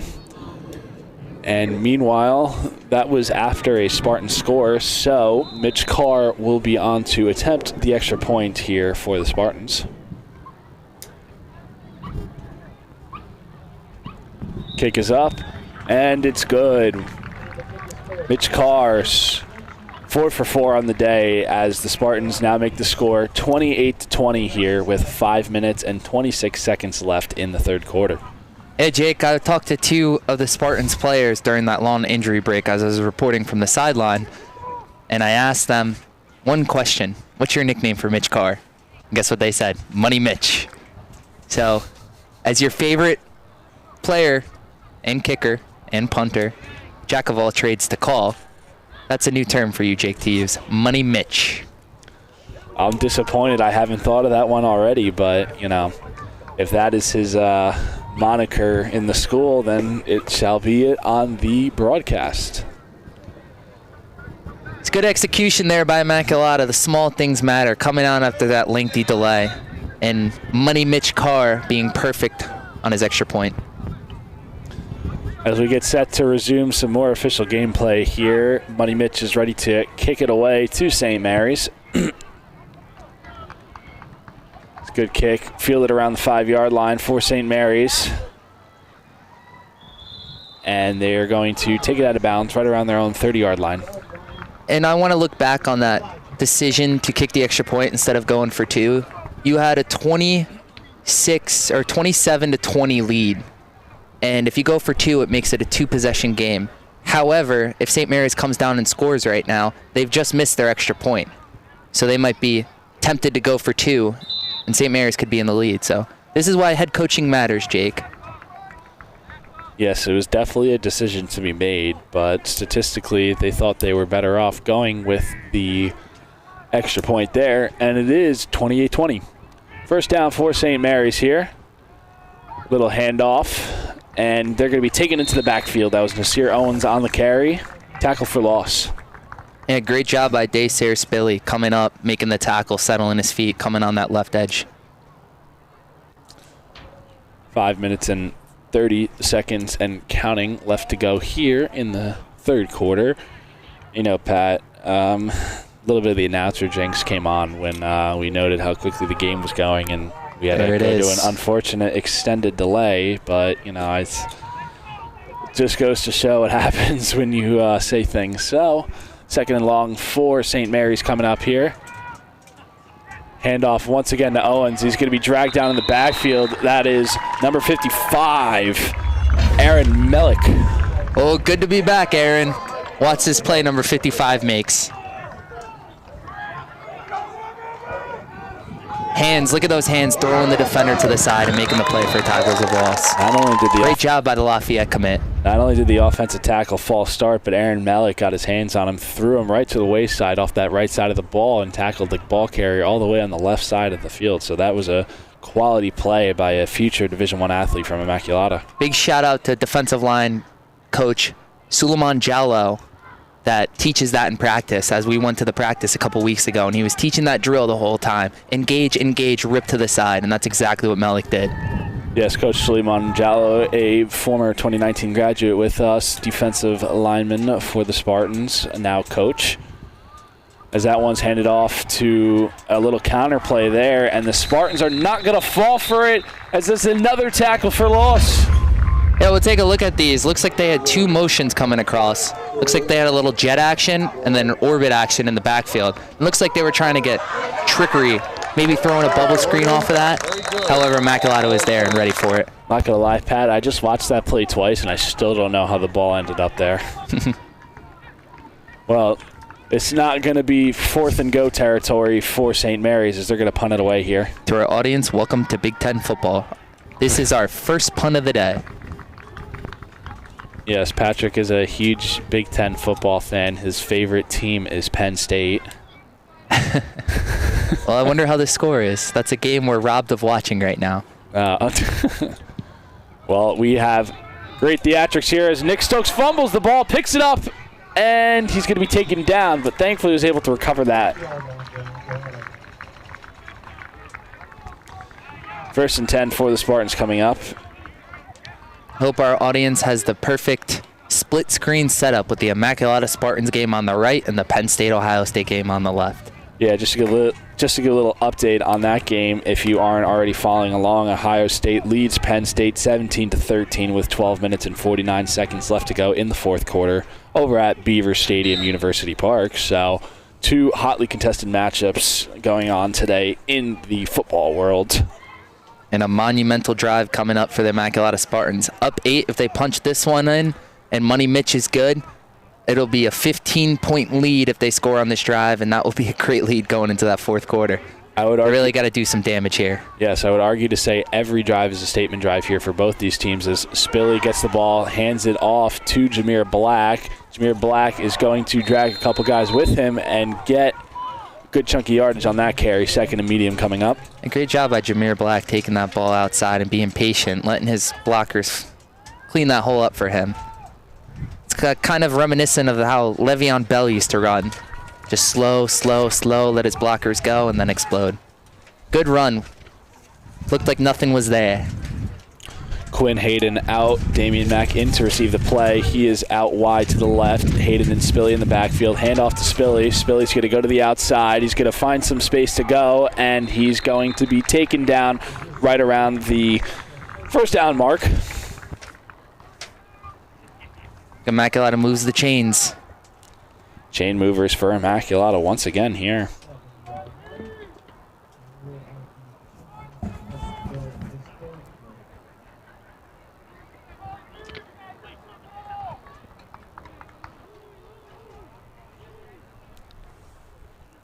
Spartans ready to go here once again. Little fake handoff. Hayden with a guy on him like a backpack carries him forward for a couple yards. Hayden's really taking people to school, Jake, after these runs. He's carrying a lot of baggage on him, getting the extra yard. I know you were just formulating something. I had to. My mind was running. I know. I was giving you the chance. And you did a pretty solid job. Waiting for my Keith Hernandez reference, the great Mets legend and announcer. Bad fundies, as he says. Little trickery here. Jameer Black up the gut. And that's going to be short yardage there. Immaculata's really fallen on that counterplay here in the 2nd half. Back-to-back times they've run that. This is a very subtle drive for the Spartans as they've gotten pretty well into St. Mary's territory. Currently at St. Mary's 25. Nothing to write home about. No big plays, just a lot of ground and pound chunk yardage for the Spartans as they're making their way down, trying to capsule another score here. If you draw this on the whiteboard, this is exactly what the coaching staff wants, these type of drives. Yes, just long textbook drives here as Hayden's going to take the carry once again. He looks like he has some green grass to the sideline. He can't find it. He cuts back inside, and he is going to be taken down right around the 14-yard line. Another quality run there for the Spartans.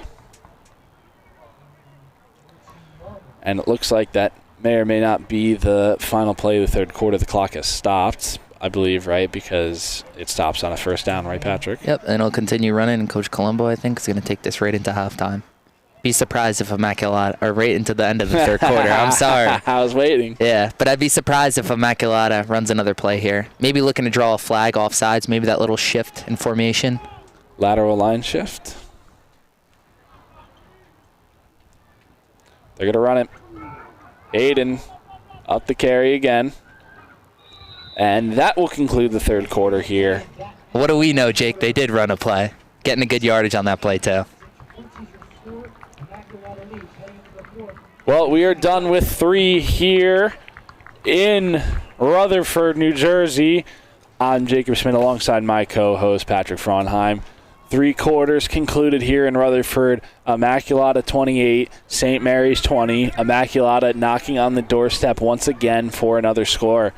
Pat, 15 more minutes of football here for the Spartans to end the season at an 8-1 record. What is going to be what needs to be done for them to get to that number. Yeah, as what the once late great Kobe Bryant said, the job ain't done. Immaculata needs to continue executing, having a great drive put together right here. Got to knock this in the end zone, make this a 2-possession game, be huge time in the fourth quarter. And then on the defensive side of the ball, no big plays. They got to tackle in front. The bend, don't break mentality. Yes, they can give up a couple yards, but when it comes into that red zone, they need stops. The Spartans have been able to stop Nazir Owens, the running back, pretty well all game. They're definitely going to have to watch out for B.J. Cunningham, which is their dual-threat wide receiver that has been making some good plays for them today, and most recently Kazir White on the touchdown in the first half for St. Mary's. So Immaculata is going to start the fourth quarter here. They're in front of our booth here. We're going to be able to see some gameplay. I think the Immaculata loss from Henry Snyder, how they blew a second-half lead, is going to pay dividends in this game, learning from that loss, maintaining the lead here. Hayden runs up the middle, scores! Touchdown, Immaculata, Cole Hayden. Yeah, feed your guy, feed your best player, the guy who has success all day on the ground today. Number 3, Cole Hayden. Just a little inside run, gets in the end zone, makes the guy miss, for the theatrics at the end. Touchdown again. And that's exactly what the Spartans were looking for. Capitalize immediately into the fourth quarter and score once again. 34-20. Money Mitch Carr on for the extra point.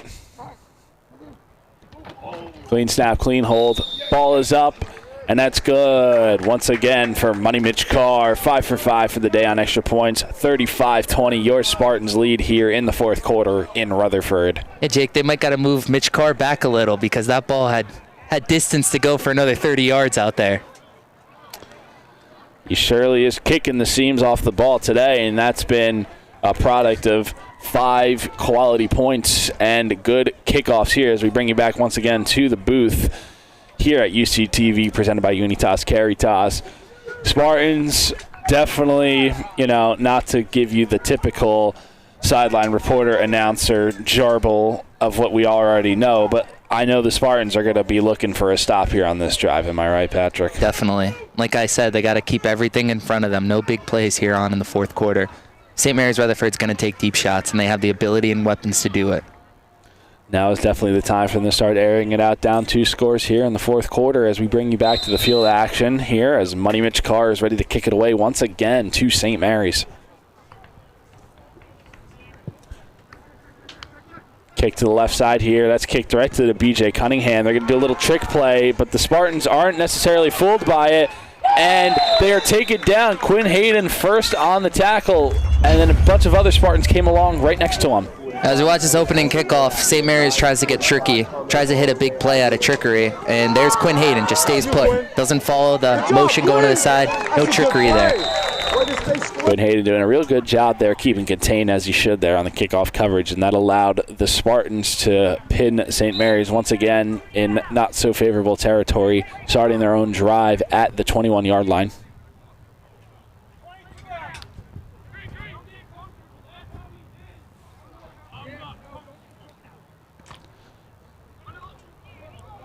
Big shout out to the Immaculata band right now. We're missing them out here. Yes, the band always creates awesome ambiance for high school games here. St. Mary's gets ready to go on first down here. Higgins hands off to Owens once again. Owens finds a blocker in front of him, number 75, and he's going to be taken down for a few-yard carry. Yeah, Luke Love again taking on a block and making the tackle. Good blocking up front there for St. Mary's. That was number 75, Isaiah King, making the block there for Owens in front of him. 2nd and 7 coming up. Big gust of wind comes in through the field. Thankfully, Pat had his phone on his papers this time, and it didn't blow all over me, so that's great to hear. You're welcome. 2nd and 7 coming up.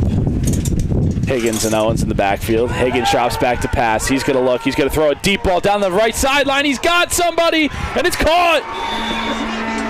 It's caught by number 1, Jonathan Huertas. Oh, the kid's got an arm. Higgins back there.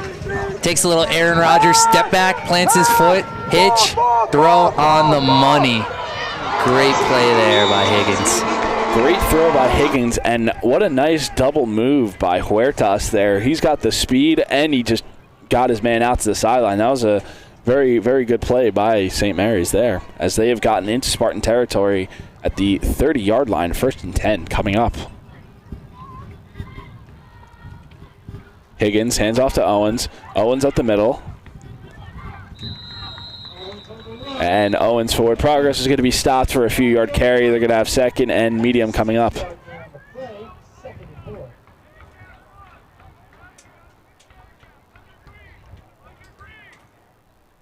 10.5 minutes here remaining in the 3rd quarter.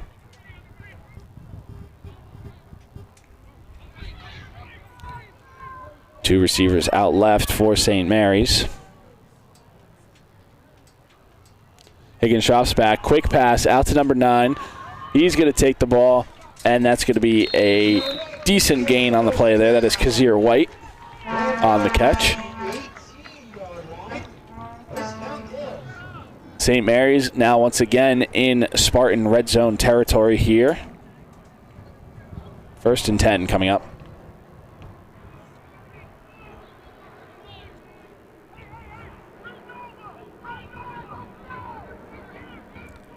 Trips right for St. Mary's. Higgins, quick throw once again to Owens. Little halfback pass. Owens breaks the tackle in the backfield, and he's going to get a good chunk of yardage there. He's going to get to about the 15-yard line. Looks like a 4-yard gain there.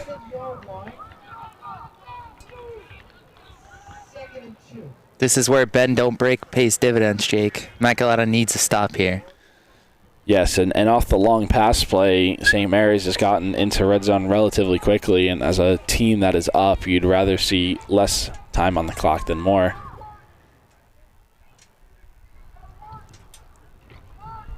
Hand off to Owens.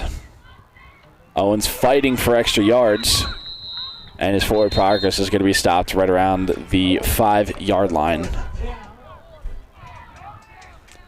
It's hard for me to see the chain gang.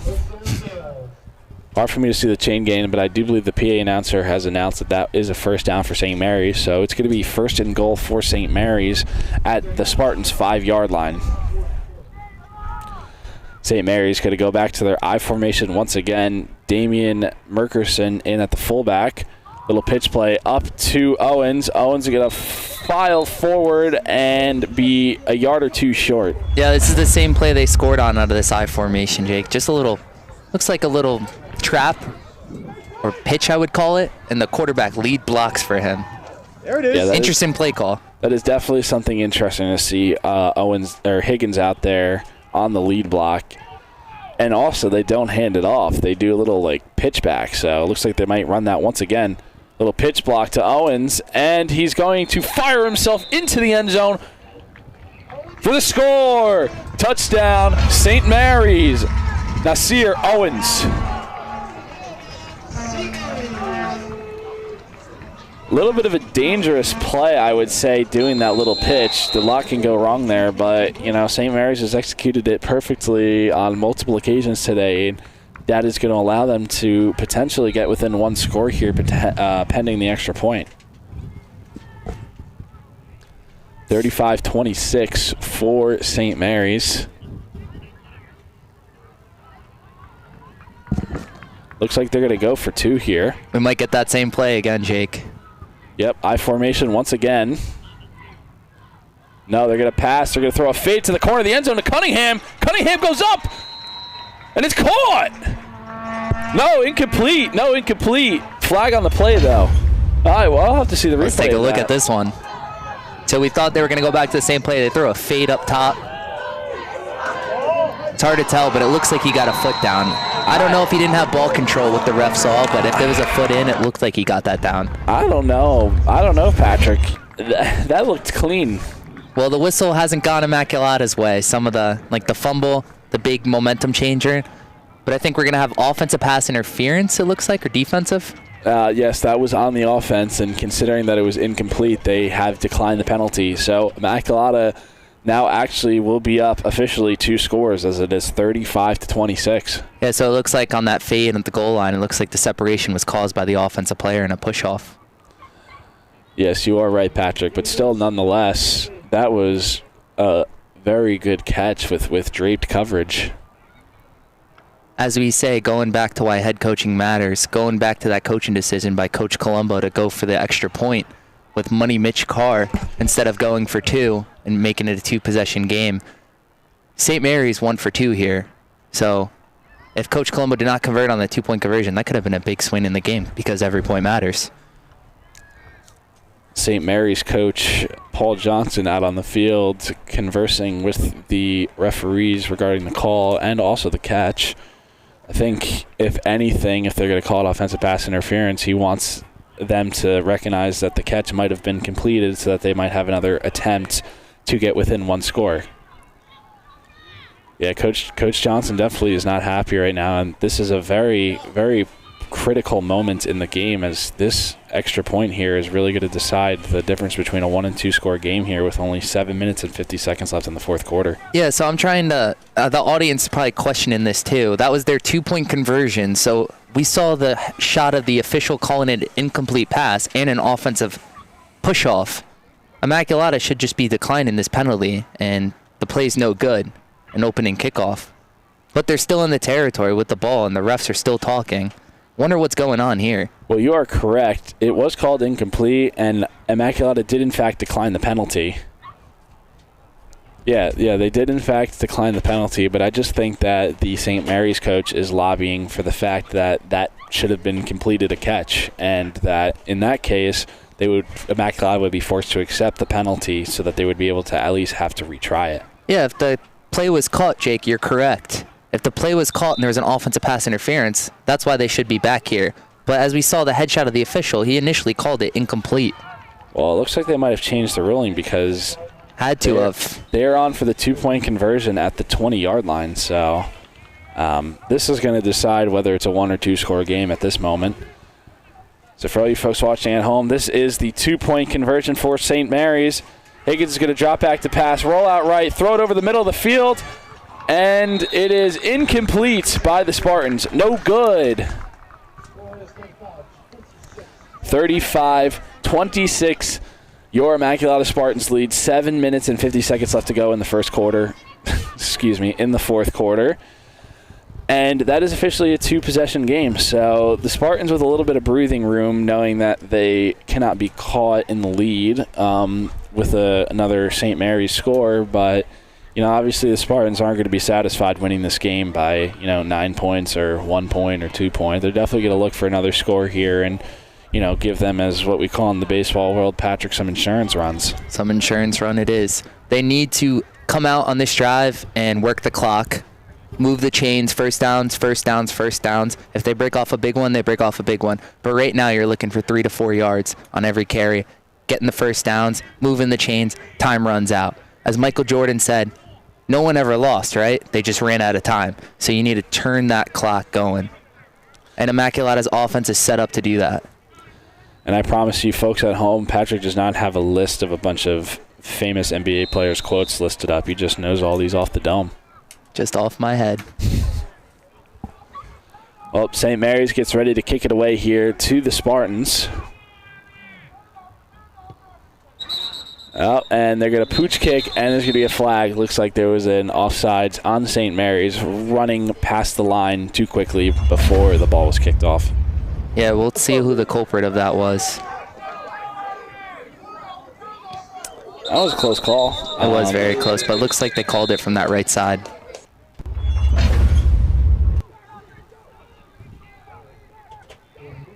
Coach Colombo now has his guys up front in the Madden. Everyone loves this in Madden, right? And for all you Xbox or PS5 players, PS4, they're on the onside recovery mode right now. They got the hands team ready. They're going to need to kick this 10 yards to the 45-yard line in order for them to be able to recover it without a touch.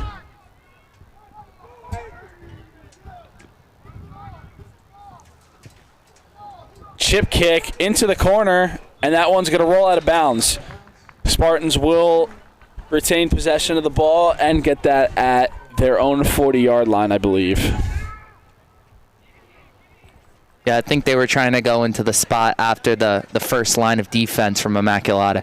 Kick it over their heads kind of into a dead man's valley where there's no one around it and make the back man have to run up and get that. But kicker just kicked it out of bounds. Couldn't get that ball to stop.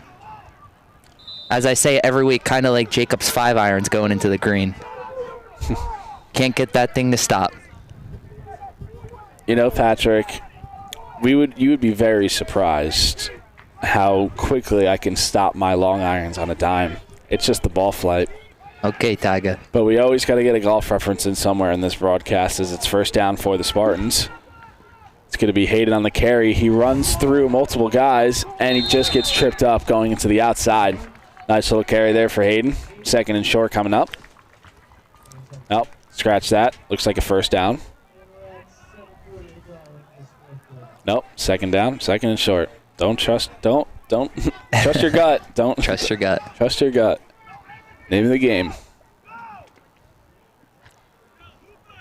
Second and short. One receiver split out wide left. That's Damian Max. Spilly in the backfield. Direct snap to Spilly, and they're going to flag somebody, perhaps a false start.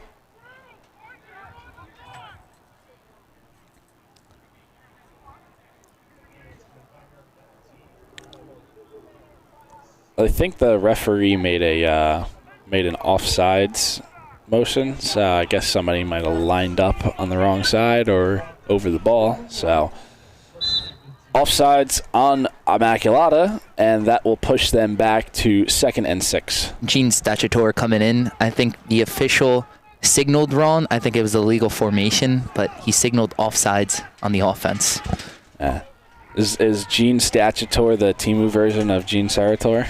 As Spilly breaks a carry, he's to the outside, he's still running, he's down the sideline, to the 10, inside the 5, dives for the end zone, touchdown, Dacier Spilly. Patrick, what'd you see here? I just saw a great run by number 8, Dacier Spilly, breaking out to the outside and becoming an athlete, making a guy miss and taking it to the house for the Spartans touchdown. As you may or may not hear, the Spartans running back in celebration outside of our booth here. We have another touchdown for the Spartans. Definitely something that they wanted to have there. Yeah, big time for Immaculata there, responding after that touchdown by St. Mary's. Just a big play, coming down the sideline, breaking one loose. 41-26, Money Mitch Carr on to attempt a 6 extra point. Bad snap, Holt gets up anyways, and it's good. Oh, geez, this kid is awesome, Jake. Watch this. Great hold by Quinn Hayden. Yeah, good important things that matter. Good recovery by Quinn. Little low snap. Watch Quinn put this ball down. And then Money Mitch, pitter-patter feet, still good. Quinn fielded that dirt ball like Pete Alonso over at first base. I think people are getting tired of our Mets references, Jake. Season's over. Yeah, the season's over. We apologize to all our Mets and Yankees fans. But on a more lighthearted note, very important for the Spartans. They are now up 42-26. That is officially a 16-point game. It's hard to call a game and do mental math. I'll help you right now. Please pull out the calculator for basic arithmetic, but I'm pretty sure I got it right. Got 41-26, Jacob. No, it's 42-26. 42-26. Yeah, there we go. Extra point. Yeah, so it's a 16-point lead. 2 possessions still. Yes. 2 possessions that would need 2-point conversions on that, as Mitch Carr sends that back to St. Mary's. Little squibber, ball's on the ground. Spartans getting down the field. St. Mary's nowhere to go, and they're going to be taken down inside the 20-yard line. As special teams coaches would say, he just put the returners back. They got to be farther back because Mitch almost just hit a touchback there. Great opening kickoff by Money Mitch.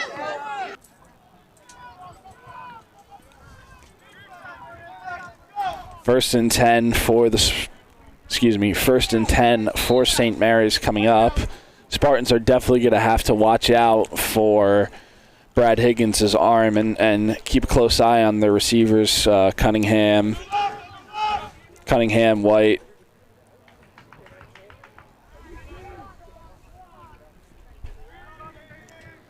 One receiver out to each side, one running back in the backfield for St. Mary's. Higgins is going to drop back to pass. He's going to throw a deep ball down the left side of the field to Cunningham. Cunningham's going to... Oh, wow. Looks like they're going to call pass interference on that one. Oh, wow. I didn't see that, Jake. I saw great defense. These are what defensive backs are taught. Watch number 2 on this. I don't know if you're going to be able to see. Look at him. Turn for the ball. Yes, the receiver comes back, but it's an underthrown ball. He was looking back the whole way. I don't see anything with that flag, Jake. But that's why we're in the booth and not in the striped shirts. Well, Patrick, that's just the name of the game, and that even happens at the NFL level. If you just underthrow your receiver and he runs into his cornerback, it's just an automatic penalty. Just the weird intricacies of football. But that was great defense by number 2. Tough to get flagged on that. Hard to have stuff in the gray area, and you could see Coach Colombo at the bottom of your screen giving the referee an earful for what might be a questionable call, but nonetheless, Spartans are going to have to make do with what they got here as it's 1st and 10, trips right for St. Mary's. Higgins going to drop back, look to throw once again, throw another deep ball down the left field of the sideline, and he overthrows his man. That was intended for number 9, Kazir White. Just missed his guy, Jake, but they had an underneath wheel route developing here. Think by the inside guy for St. Mary's. You see it comes around, wheels it up, had him, just overthrown. Yeah, Jameer Black went a little too heavy in on that, and the receiver was able to turn up the field behind him. Unfortunately, that ball was overthrown, and it is 2nd and 10.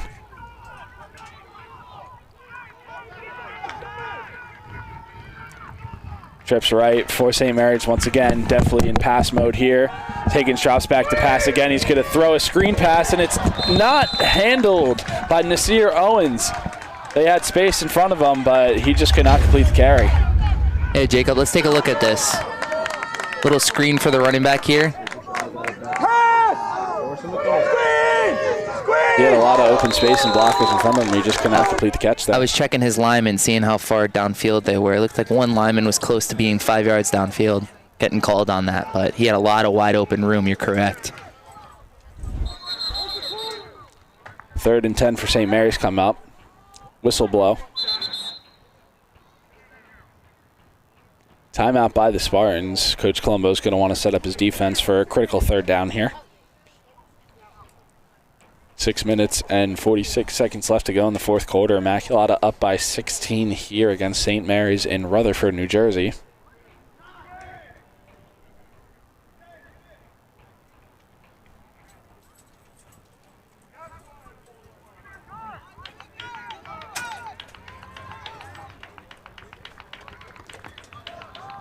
Obviously, passing situation for St. Mary's, Patrick, but is there a time to pull out some trickery here, or what necessarily might be the play call that they're looking for to achieve a 1st down here? I mean, Immaculata is still pretty much in, looks like a cover 1, cover 2 man scheme. However, I kind of like throughout this, especially when you're up 2 scores, I like a little 3-man back prevent defense, tackle everything up front, make time go off the clock. However, Immaculata just needs to tackle. They need to tackle everything in front of them and not let these receivers, talented receivers, get behind them. Immaculata was up a similar range versus Henry Snyder and unfortunately got exposed by the pass defense on that one. So they're going to look to show some fortuitous on that as that's thrown across the middle by Higgins. Complete for a 1st down. Kazir White on the catch. And he gets out of bounds to stop the clock.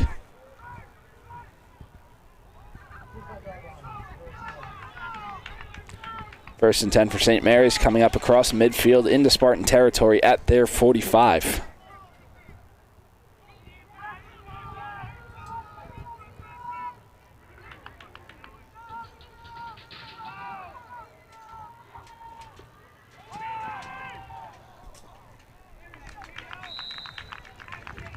And nothing too big there as St. Mary's is stopped there for no yards. 2nd and 10 coming up. Yeah, interesting call from the St. Mary's coaching staff there, going to a run, being very successful in the air. They need a quick score here. It looks like their quarterback has the athleticism and the talent to do this and lead quick drives down the field. So interesting call running the ball there. One running back in the backfield, two receivers to the left. He's going to roll out left. Higgins going to throw a deep ball across the field to the right side. He's got a man to the 10, to the 5, dives, scores. Kazir White, flag flies in.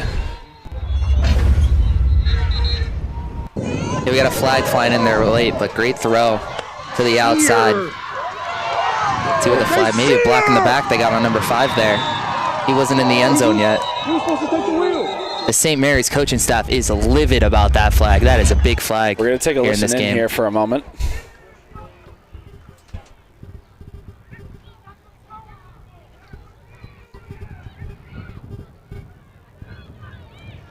Looks like they're going to call a flag on St. Mary's, and that side of the field is not happy with the call, unfortunately.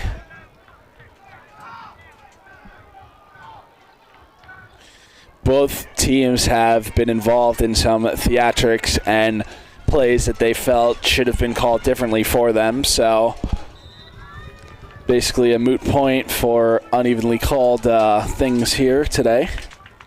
That's always a tough flag to get because there's a guy in front of you and you want to block him, but really the offensive player should just let him go. Absolutely. As a announcement from the PA announcer comes in for all parents and players to respect the officials and their calls. So that's how you know things are getting a little chippy between the thought processes of the parents and the coaches and the referees. And we respect them very much. They got a hard job out there. Very much so. St. Mary's once again trying to find a score as Higgins drops back to pass. He's going to throw a deep one into the end zone. He's got a man wide open. He's going to find him, and it's incomplete. Looking for number 1, Jonathan Huertas there on the carry. Yeah, the junior defensive back from Immaculata, Damian Mack's been busy all day, number 2. Great recovery by him. He sees the outside route. His hips tell him to go back, and he makes a play on the ball.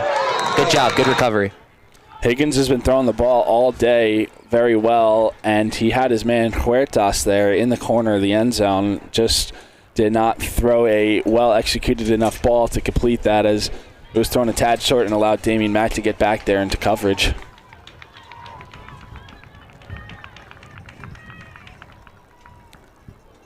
Higgins gets ready, drops back to pass, trips left, looking over to the left side of the field, finds a guy over the middle. He finds B.J. Cunningham to the 15-yard line, and that's going to be a catch.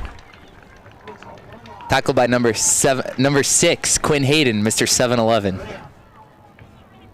Quinn Hayden relatively quiet on the offensive front for the Spartans today.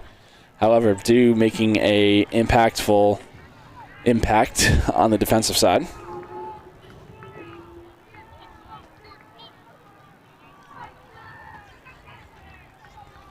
I believe it's third and 5 for St. Mary's. 3 receivers to the right, 1 to the left, 1 running back in the backfield. Higgins drops back to pass, looks to the right side, throws over the middle of the field, and that's incomplete. 4th down coming up for St. Mary's. Good coverage there by Immaculata, blanketed coverage. St. Mary's goes back to this play where they have a little cross route on the outside here. On the trips to the right, see a little cross route here? Immaculata has it blanketed. He had B.J. Cunningham over the middle. He just threw away behind him. That was 2 well-designed pass plays by St. Mary's that they just weren't able to execute when they needed to.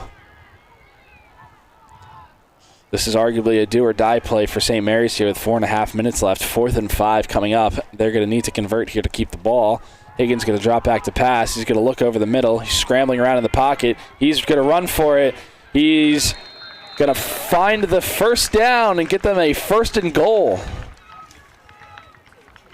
Great job there by Higgins taking off and putting his foot in the ground and getting the first down. Looks like he was trying to go to the slant quick right away. But the Immaculata safety came downhill, and he just made a play out there. Big first down needed for St. Mary's Rutherford. Very mature play by Higgins, the senior out of St. Mary's, to get that first down. Very much needed to try and get them a score here with the clock dwindling here.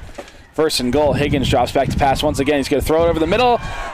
And that's almost picked off by Quinn Hayden, just out of his reach. Like he said, just out of his reach. I don't know where Higgins was going with this ball.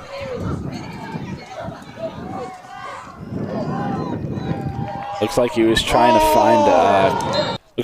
find Kazir White on a little cutback in route. He just happened to run into Quinn Hayden and just try to throw a jump ball and just didn't get to a spot. And Quinn Hayden was the only one there, just threw it a little high, and he was just able to get a hand on it and almost come down with it.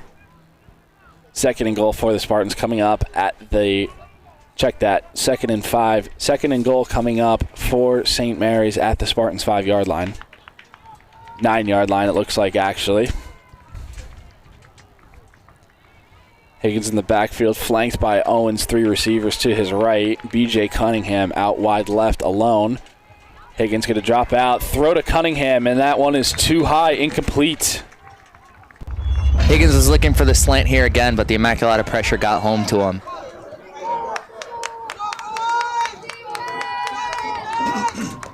Looking right away at the slant, and Immaculata shot right up the A-gap. And the referee was low-key kind of in the way of that route. I'm not going to lie either, if you saw that on the replay. So, a little bit of Spartan blue under the referee's shirt for that play, it looked like.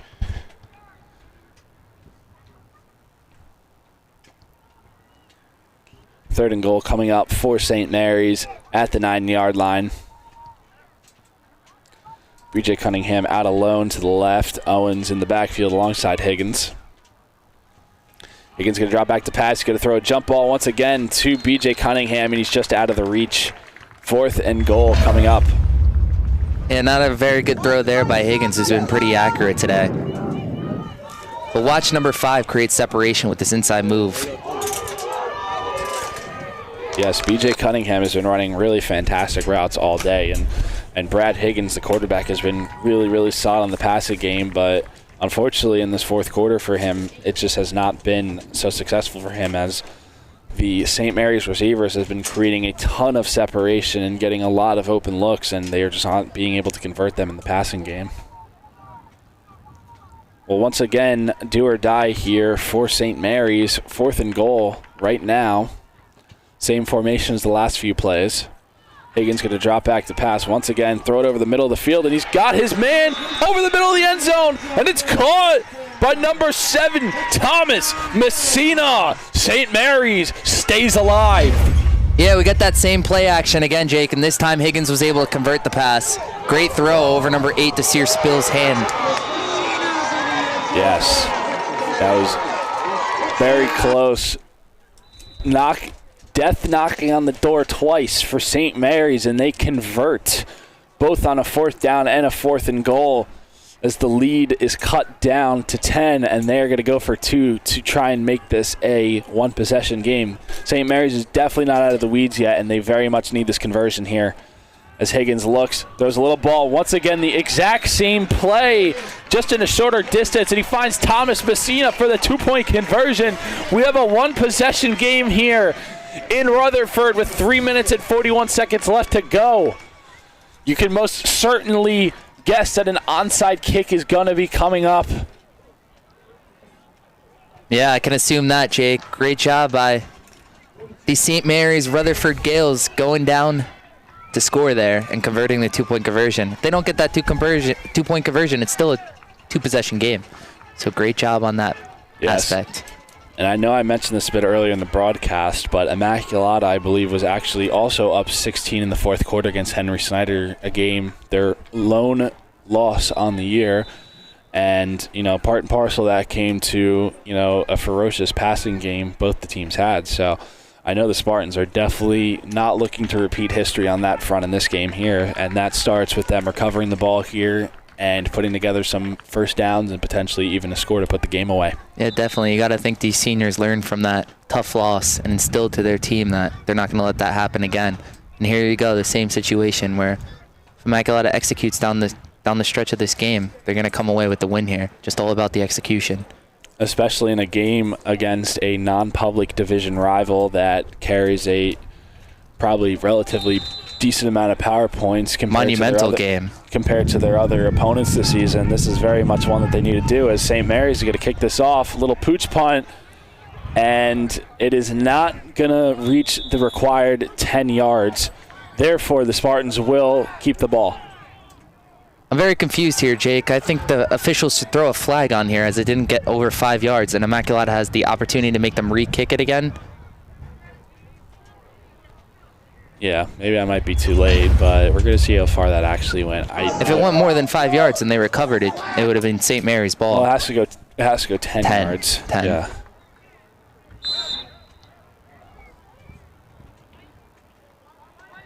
Nevertheless, I think the Spartans would rather just keep the ball and know that they have possession versus even attempt to re-kick. So, Spartans are going to take the ball over in St. Mary's territory.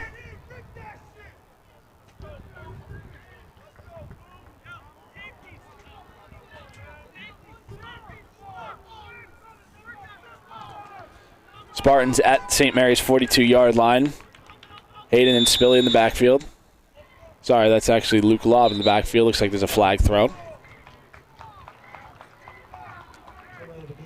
Spartans got a delay of game. That's going to move them back 5 yards. That's no good. Yeah, definitely not the start you want to see on a game-defining drive, but we'll see how the Spartans can recover from here. 1st and 15. Also, as a note, I believe both teams also still have all of their timeouts. Actually, I believe Immaculata has 2 timeouts. St. Mary's has 3. As that ball is snapped, and once again, there's going to be another penalty flag. We'll wait to see what the call is here.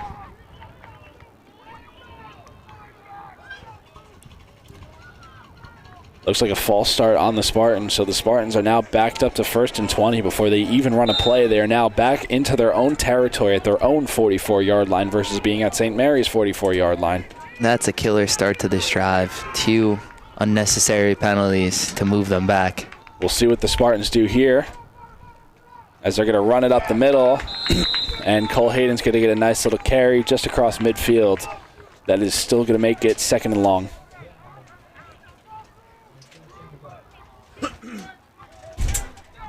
Well, Pat, we've been talking about this. You know, this is that point in the game where you really got to lock down in the 4th quarter. I know, playing all those years of football, when we're running sprints on the sidelines after practice and the suicides and all that, it's really important to be like, this is the 4th quarter sprint. This is what it's all made for, and this is exactly what it's made for right now.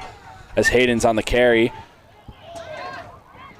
tries to make some moves, not going to get a lot out of it. Looks like St. Mary's going to use one of their timeouts right now. Yes, St. Mary's will use their first timeout. They're going to have 2 remaining as Spartans have a 3rd and 11 coming up. 2 minutes and 50 seconds left to go here in the 4th quarter in Rutherford, New Jersey. Now, Patrick, this is definitely a point of the game where coaching comes into play, and it's really important to think about, what is going to be the move here as far as if you don't get the first down, at what yardage away from the first down do you go for it versus punt and put St. Mary's deep back in their own territory, especially being over midfield? Well, if you're anywhere south of the 40 or the 30, I could see that because it is high school football. But St. Mary's runs a spread, and their playbook is built for this kind of 2-minute drill. And Immaculata right now, they're at midfield. They got to punt this ball. They got to try to, win field position here. Special teams hasn't been on all day to punt the ball. I think 3rd down now or 4th down. We can't see the scoreboard. 3rd and 11 right now for the Spartans. 3rd down. I think Coach Colombo's safe and runs it again, and then they punt. But I would not go for it any yardage unless it's 4th and short, like 1 or inches. But if they don't get this, they have to punt the ball. Hayden's going to drop back to pass. He's going to throw a deep ball over the middle. He's going to try and find Quinn. And that's caught by Quinn Hayden. That's a 1st down for Immaculata. A monumental play. The Hayden boys, Hayden Incorporated. This is the play Immaculata needed. Deep shot. It was covered by 5. Just got to step on him. And Mr. 7-11, he's open if someone is next to him. Great catch by Quinn. And there's the game changer. First time he's been targeted today. Big play by the sophomore Quinn Hayden. Cole Hayden had a man in his face on that throw, and he hit Quinn Hayden once again. Very good coverage by St. Mary's, but Quinn Hayden just was able to make a great play, and Cole put that in a great spot. 1st down for the Spartans, and that is very huge for them. Direct snap to Spilly. Nice little carry. One more first down or a touchdown from Immaculata seals this game. That's all they need, one first down, as St. Mary's uses another timeout. I believe that is St. Mary's second timeout. They should have one remaining.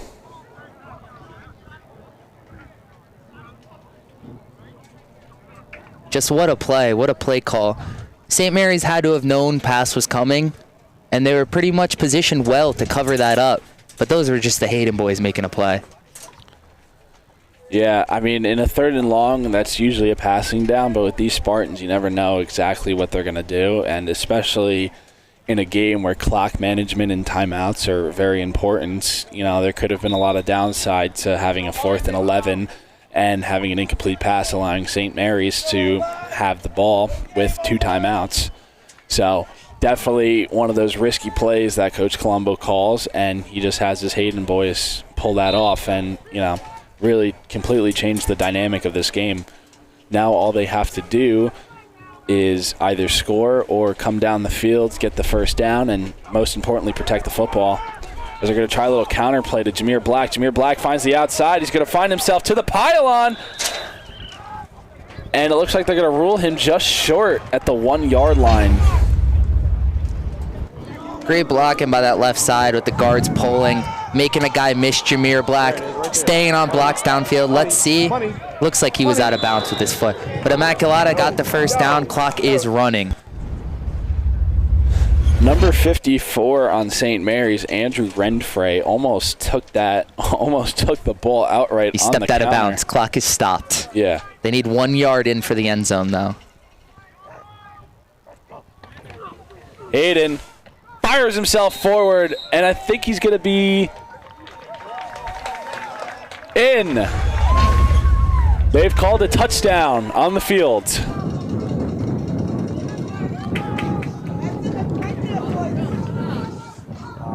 Tough to call from that angle, but the sideline official ruled that a touchdown.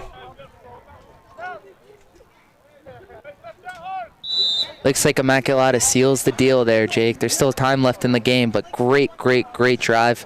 All coordinated by that pitch and catch by the Hayden boys. Money Mitch Carr on to attempt the extra point. Kick is up, and it's good. Money Mitch Carr, 7 for 7 on the day, as the Spartans now lead 49-35, a 14-point game. We'll run a quick ad break for you. Functional Health, 99% is hard, 100% is easy. Dr. Chris and Dr. Ron at 1 Eastern Avenue, Somerville, New Jersey, 908-722-0500, providing quality chiropractic care to Somerville, Bridgewater, and across Somerset County. Contact them for all your chiropractic care, functional fitness training, massage therapy, and nutrition counseling needs. So we bring you back to the action here in Rutherford at the home of the Gales, St. Mary's. Your Immaculata Spartans lead 49-35 with 1 minute and 59 seconds left to go in the 4th quarter, as Mitch Carr and the Spartans are ready to kick it away to the Gales.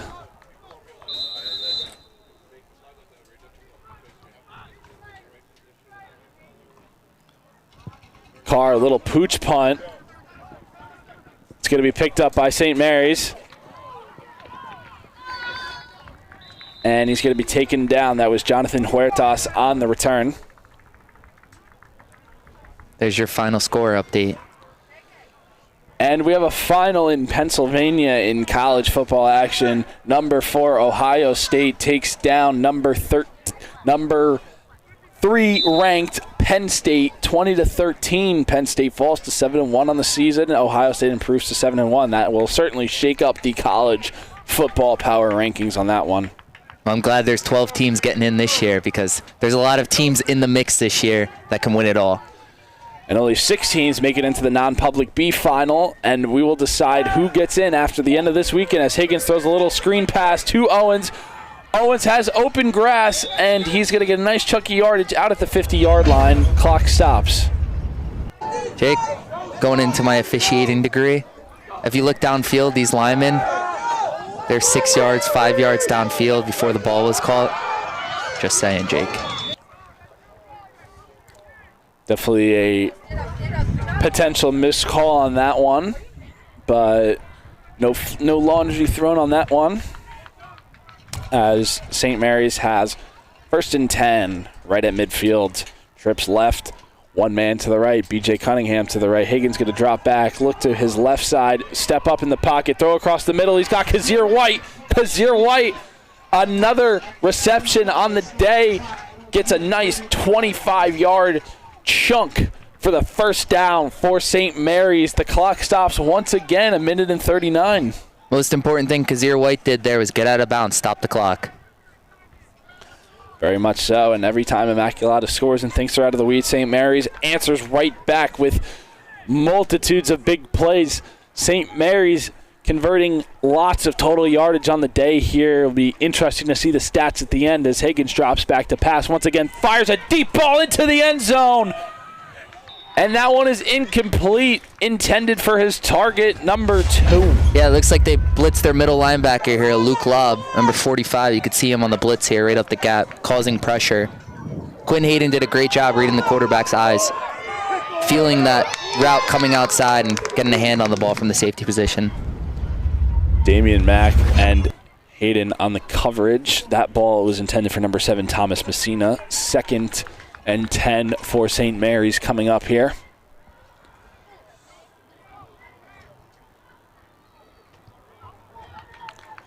St. Mary's breaking out of the huddle. Their standard trips left formation once again. Higgins looks, fires to the sideline, and no one there. Looks like a bit of a miscommunication on that one between him and Cunningham. There wasn't much separation here, maybe a miscommunication from the quarterback and receiver. Looking like they were trying to get a comeback route, catch it and get out of bounds. Just a misthrowing route. Yeah, looks like Cunningham ran a curl there instead of an out. So a little bit of miscommunication there, but that's something that will happen at the high school level. Or if you're any Jets receiver with all Aaron levels. Rodgers.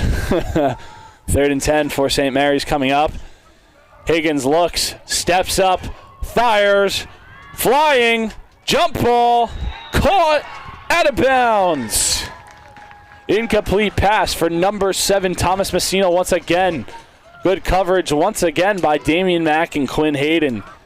Messina went up there and caught that ball. He just could not get a foot down. Quinn Hayden's doing a great job on this drive, being over the top and blanketing the receivers.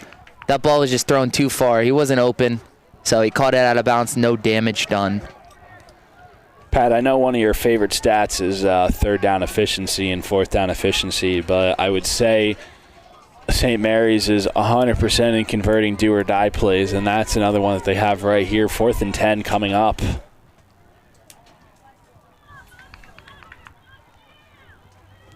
Higgins back to pass, looking around. Guy in his face, throws across the middle, and it's caught once again by Kazir White. Kazir White's been his go-to man on this final drive for the St. Mary's Rutherford Gales. Great throw by number 2, Higgins. On the money. St. Mary's has been putting Kazir White in the slot every time and running a curl route across the middle, and they've been converting every time. No linebacker help whatsoever by the Spartans on that one. They're just letting him run free in there and getting chunk yardage. 1st and goal for St. Mary's. Higgins looks, fires over the middle, incomplete. Intended for his target, number 1, Jonathan Huertas. Oh, with all those tackles today, Luke Lobb had candy sitting right in front of him. Watch number 45 on this play. A tough throw across the middle with the linebacker sitting there, but watch Lobb. He was, oh, wow. That would have been a house call back the other way. 2nd and goal coming up for St. Mary's once again. Obviously looking for a score here. They got Cunningham to the right, Kazir White in the slot. I'd watch either of those two guys on this play. Higgins drops back. He's going to throw a jump ball to Cunningham. Cunningham high points it. And the call is a touchdown on the field for B.J. Cunningham. My goodness, what a play. Yeah, fade into the boundary, right? One-on-one. Good coverage, too. Watch 5 look back at the ball. Just a great high-pointed catch there by Cunningham. What a play by B.J. Cunningham. He's been all over the field today making miraculous catches. As, folks, this game is not over yet.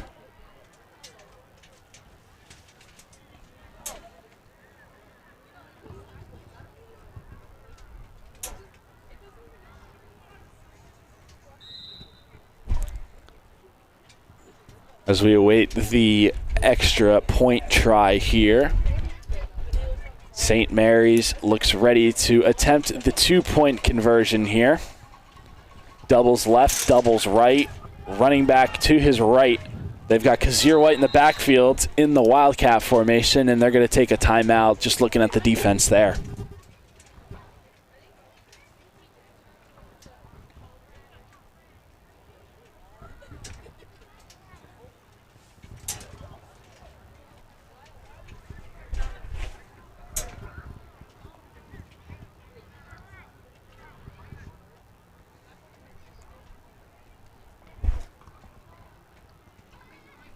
I believe 1 minute and 20 seconds left to go in the game. I'm not exactly sure. But Patrick, I was taking a look at B.J. Cunningham's rap sheet here on highschoolsports.nj.com. I also noticed he's a basketball player for St. Mary's, and, you know, I think that probably goes without saying because he has got quite the vertical. As the kids say now these days, he's got bunnies on those feet. Yes, very much so.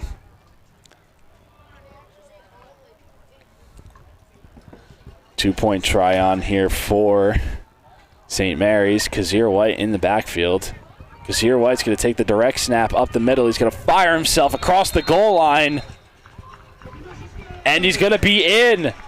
This game is not over. 49-42.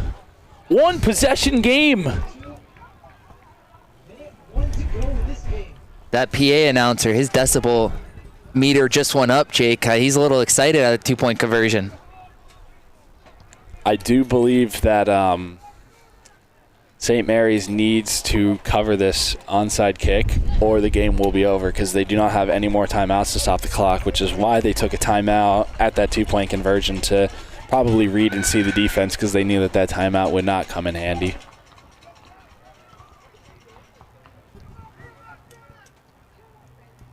Get the hands team on, coach. One kick to recover, couple knees, and Immaculata's going back to Somerville with a win. Well, Patrick, as I noted, St. Mary's has essentially been 100% in do-or-die chances, and this is definitely the last one of the game and the one that they need the most. So we will see what they can do here. As they're going to kick that one into a little deep coverage, and Immaculata is going to fall on that. Great job. Number 5, Micah Smith. Extraordinary job by Micah Smith there. Playing hard defense the whole game, coming on special teams. Kick pooched over, just falling on it before it takes a weird bounce. You never know what happens after a bounce. You know, maybe I'm just seeing things, Pat, but for that style of kickoff that they did, it really didn't seem like St. Mary's bottom line was really running at max effort for that ball. It kind of seemed lackadaisical, a couple of them, and that's going to cost them as the Spartans are going to go into a shotgun-esque victory formation. Victory formation, the greatest formation to a coach, the greatest formation in football. 3 knees, maybe 2 knees, and this game's over. 2 knees, it looks like. Yes, maybe one more left. Must-needed win for Immaculata, and they've got the job done. You know, we won't speak too soon, but with a win tonight, Immaculata has fair chances at seeing the playoffs. So, depending on how the rest of the bracket rounds out, we will wait to see what their fate is. But as we shut the door on the 2024 regular season for the Immaculata Spartans, head coach Mike Colombo and the Spartans are going to improve to 8-1 on the regular season, just 1 win short of a perfect season. Nevertheless, 8-1 is nothing to not write home about. As we are final here in Rutherford, New Jersey, Immaculata 49, St. Mary's 42. Patrick, we've done half of the season so far for the Spartans, and, you know, I definitely have to say that this was the most hotly contested one and probably the very most interesting one. This was a heck of a game. Yeah, this is the best game we saw so far from the Immaculata Spartans and their opponent. This is a very high-scoring affair. Very high scoring means what? Action for us. St. Mary's came out with RPO philosophy. Immaculata did a great job in covering that most part, not huge plays, because this is a big play offense. And Immaculata stick to their bread and butter, getting number 3, Cole Hayden, going. I think the senior leader and quarterback brought his team on the back today. Him and Luke Lobb on the defensive end totally learned from their Henry Snyder loss, that close loss, and totally muscled this one out to a victory. Must needed, too, with playoff implications on the line. Yes. I think the Spartans are comfortable with where they're at right now. Definitely will take a win on the road here in Rutherford. And, you know, high school playoffs and non-public and PowerPoints and stuff is arguably more confusing than high school calculus, I might say. So we're not exactly sure what the playoff implications are for the Spartans or anyone in the non-public B bracket for that matter. But, you know, we will soon find out as a lot of games concluded on Friday. The rest of them concluded today. So at some point early this week, we will know exactly what the fate is for the Spartans. But, you know, I think as a little end-of-season recap for the Spartans, this was a very, very good season for the Spartans all around. You know, I know we note through a lot of games that they have a very young core with a lot of good players. Obviously, their team led by quarterback Cole Hayden, who's a senior, will not be here next year. But they have a number of players that are still in their, you know, sophomore, junior years, which, you know, is Cole's brother Quinn, Dacier Spilly, Jameer Black, and looks like maybe next year, once Cole Hayden leaves, quarterback we've seen a couple times come in a few games, Bo Almeida, who will be a senior next year, might be the leader of the Spartans team. So, you know, there's a lot of good stuff on the horizon here for the Spartans. And, you know, before we start talking too much about next season, we'll see if there's more football to be played this season. Yes, we will. Just wanted to give the audience a little recap of the game. Cole Hayden was perfect throwing the ball, 4 for 4. That is efficient, Jake. 102 yards with a lawn of 40. On the ground, Cole Hayden was 19 attempts for 115 yards with 3 touchdowns. Almost 6 yards carrying the ball. Dacier Spilly was 6 for 77 for an average of 12 yards a carry with 1 touchdown. And he had that last big touchdown run that really helped Immaculata gain momentum to win this game. On the St. Mary Rutherford end, we have Nasir Owens, 26 carries for 122 yards and 3 touchdowns, adding to his 1,300-yard on-the-ground year. Throwing the ball for St. Mary's, let me get this. Brad Hagens, the senior, was 16 for 29, 264 yards, 3 touchdowns, and a lawn of 44. Pretty good for what he was up against. Receivers for St. Mary's, we have Kazir White, who really came alive on that last 2 drives, to be honest with you. Kazir White had 7 catches for 132 yards and 1 touchdown. And then B.J. Cunningham, who you referred to a lot during the game, had 7 catches for 98 yards and a touchdown. That's my stats. Two high-octane offenses went at it to each other this week, and the Spartans were able to come out with the victory on top, 49-42. So that'll do it for us here at UCTV, presented by Unitas Caritas. Someone special in the booth before. Oh, do we have someone special in the booth? Let our audience know how much you're grateful for them. Thank you, audience. We have Rob Helwig here in the booth with us. Great job by Patrick and Jake. Consummate professionals. Thank you for all you do for us, gentlemen. Absolutely. We'll see if we can get into the supply closet and get you something more than a Spartan tie, but we appreciate what you do. Thank you, gentlemen. Of course. Now I got to clean all this crap up. So. We thank you, Rob, for all your support and for getting everything going on in here. And as a cue the music. As a final sign-off for UCTV, I'm Jacob Schmidt alongside my co-host Patrick Frauenheim. We thank you so much for joining us here for the 2024 regular season of the Spartans, and we'll have none other than Pat take it away with a promo. All right. Thank you, ladies and gentlemen, for watching, family and friends, and the proud Immaculata Spartan alumni. Here at UCTV, at the end of the game, we would like to tune in to our beautiful present logo of the Unitas Caritas Foundation. The foundation, which was started in 2018 by a group of alumni that were dedicated to preserving the long, rich tradition of Immaculata High School. The foundation's mission is on preserving the school's proud tradition by providing resources to help fund capital improvements, athletic equipment, and other needs of the school. To join the club, please go to unitascaritas.com, click, and then select the featured link, Join the Club. All it takes is $19.66 monthly donation to keep the Spartan tradition alive. Thank you. Well, everybody, we're going to bring it back to you in the booth one more time. I'm Jacob Schmidt alongside my co-host Patrick Frauenheim. We sincerely thank each and every one of you for tuning in and listening to us each week. Hopefully we'll bring you back some more football.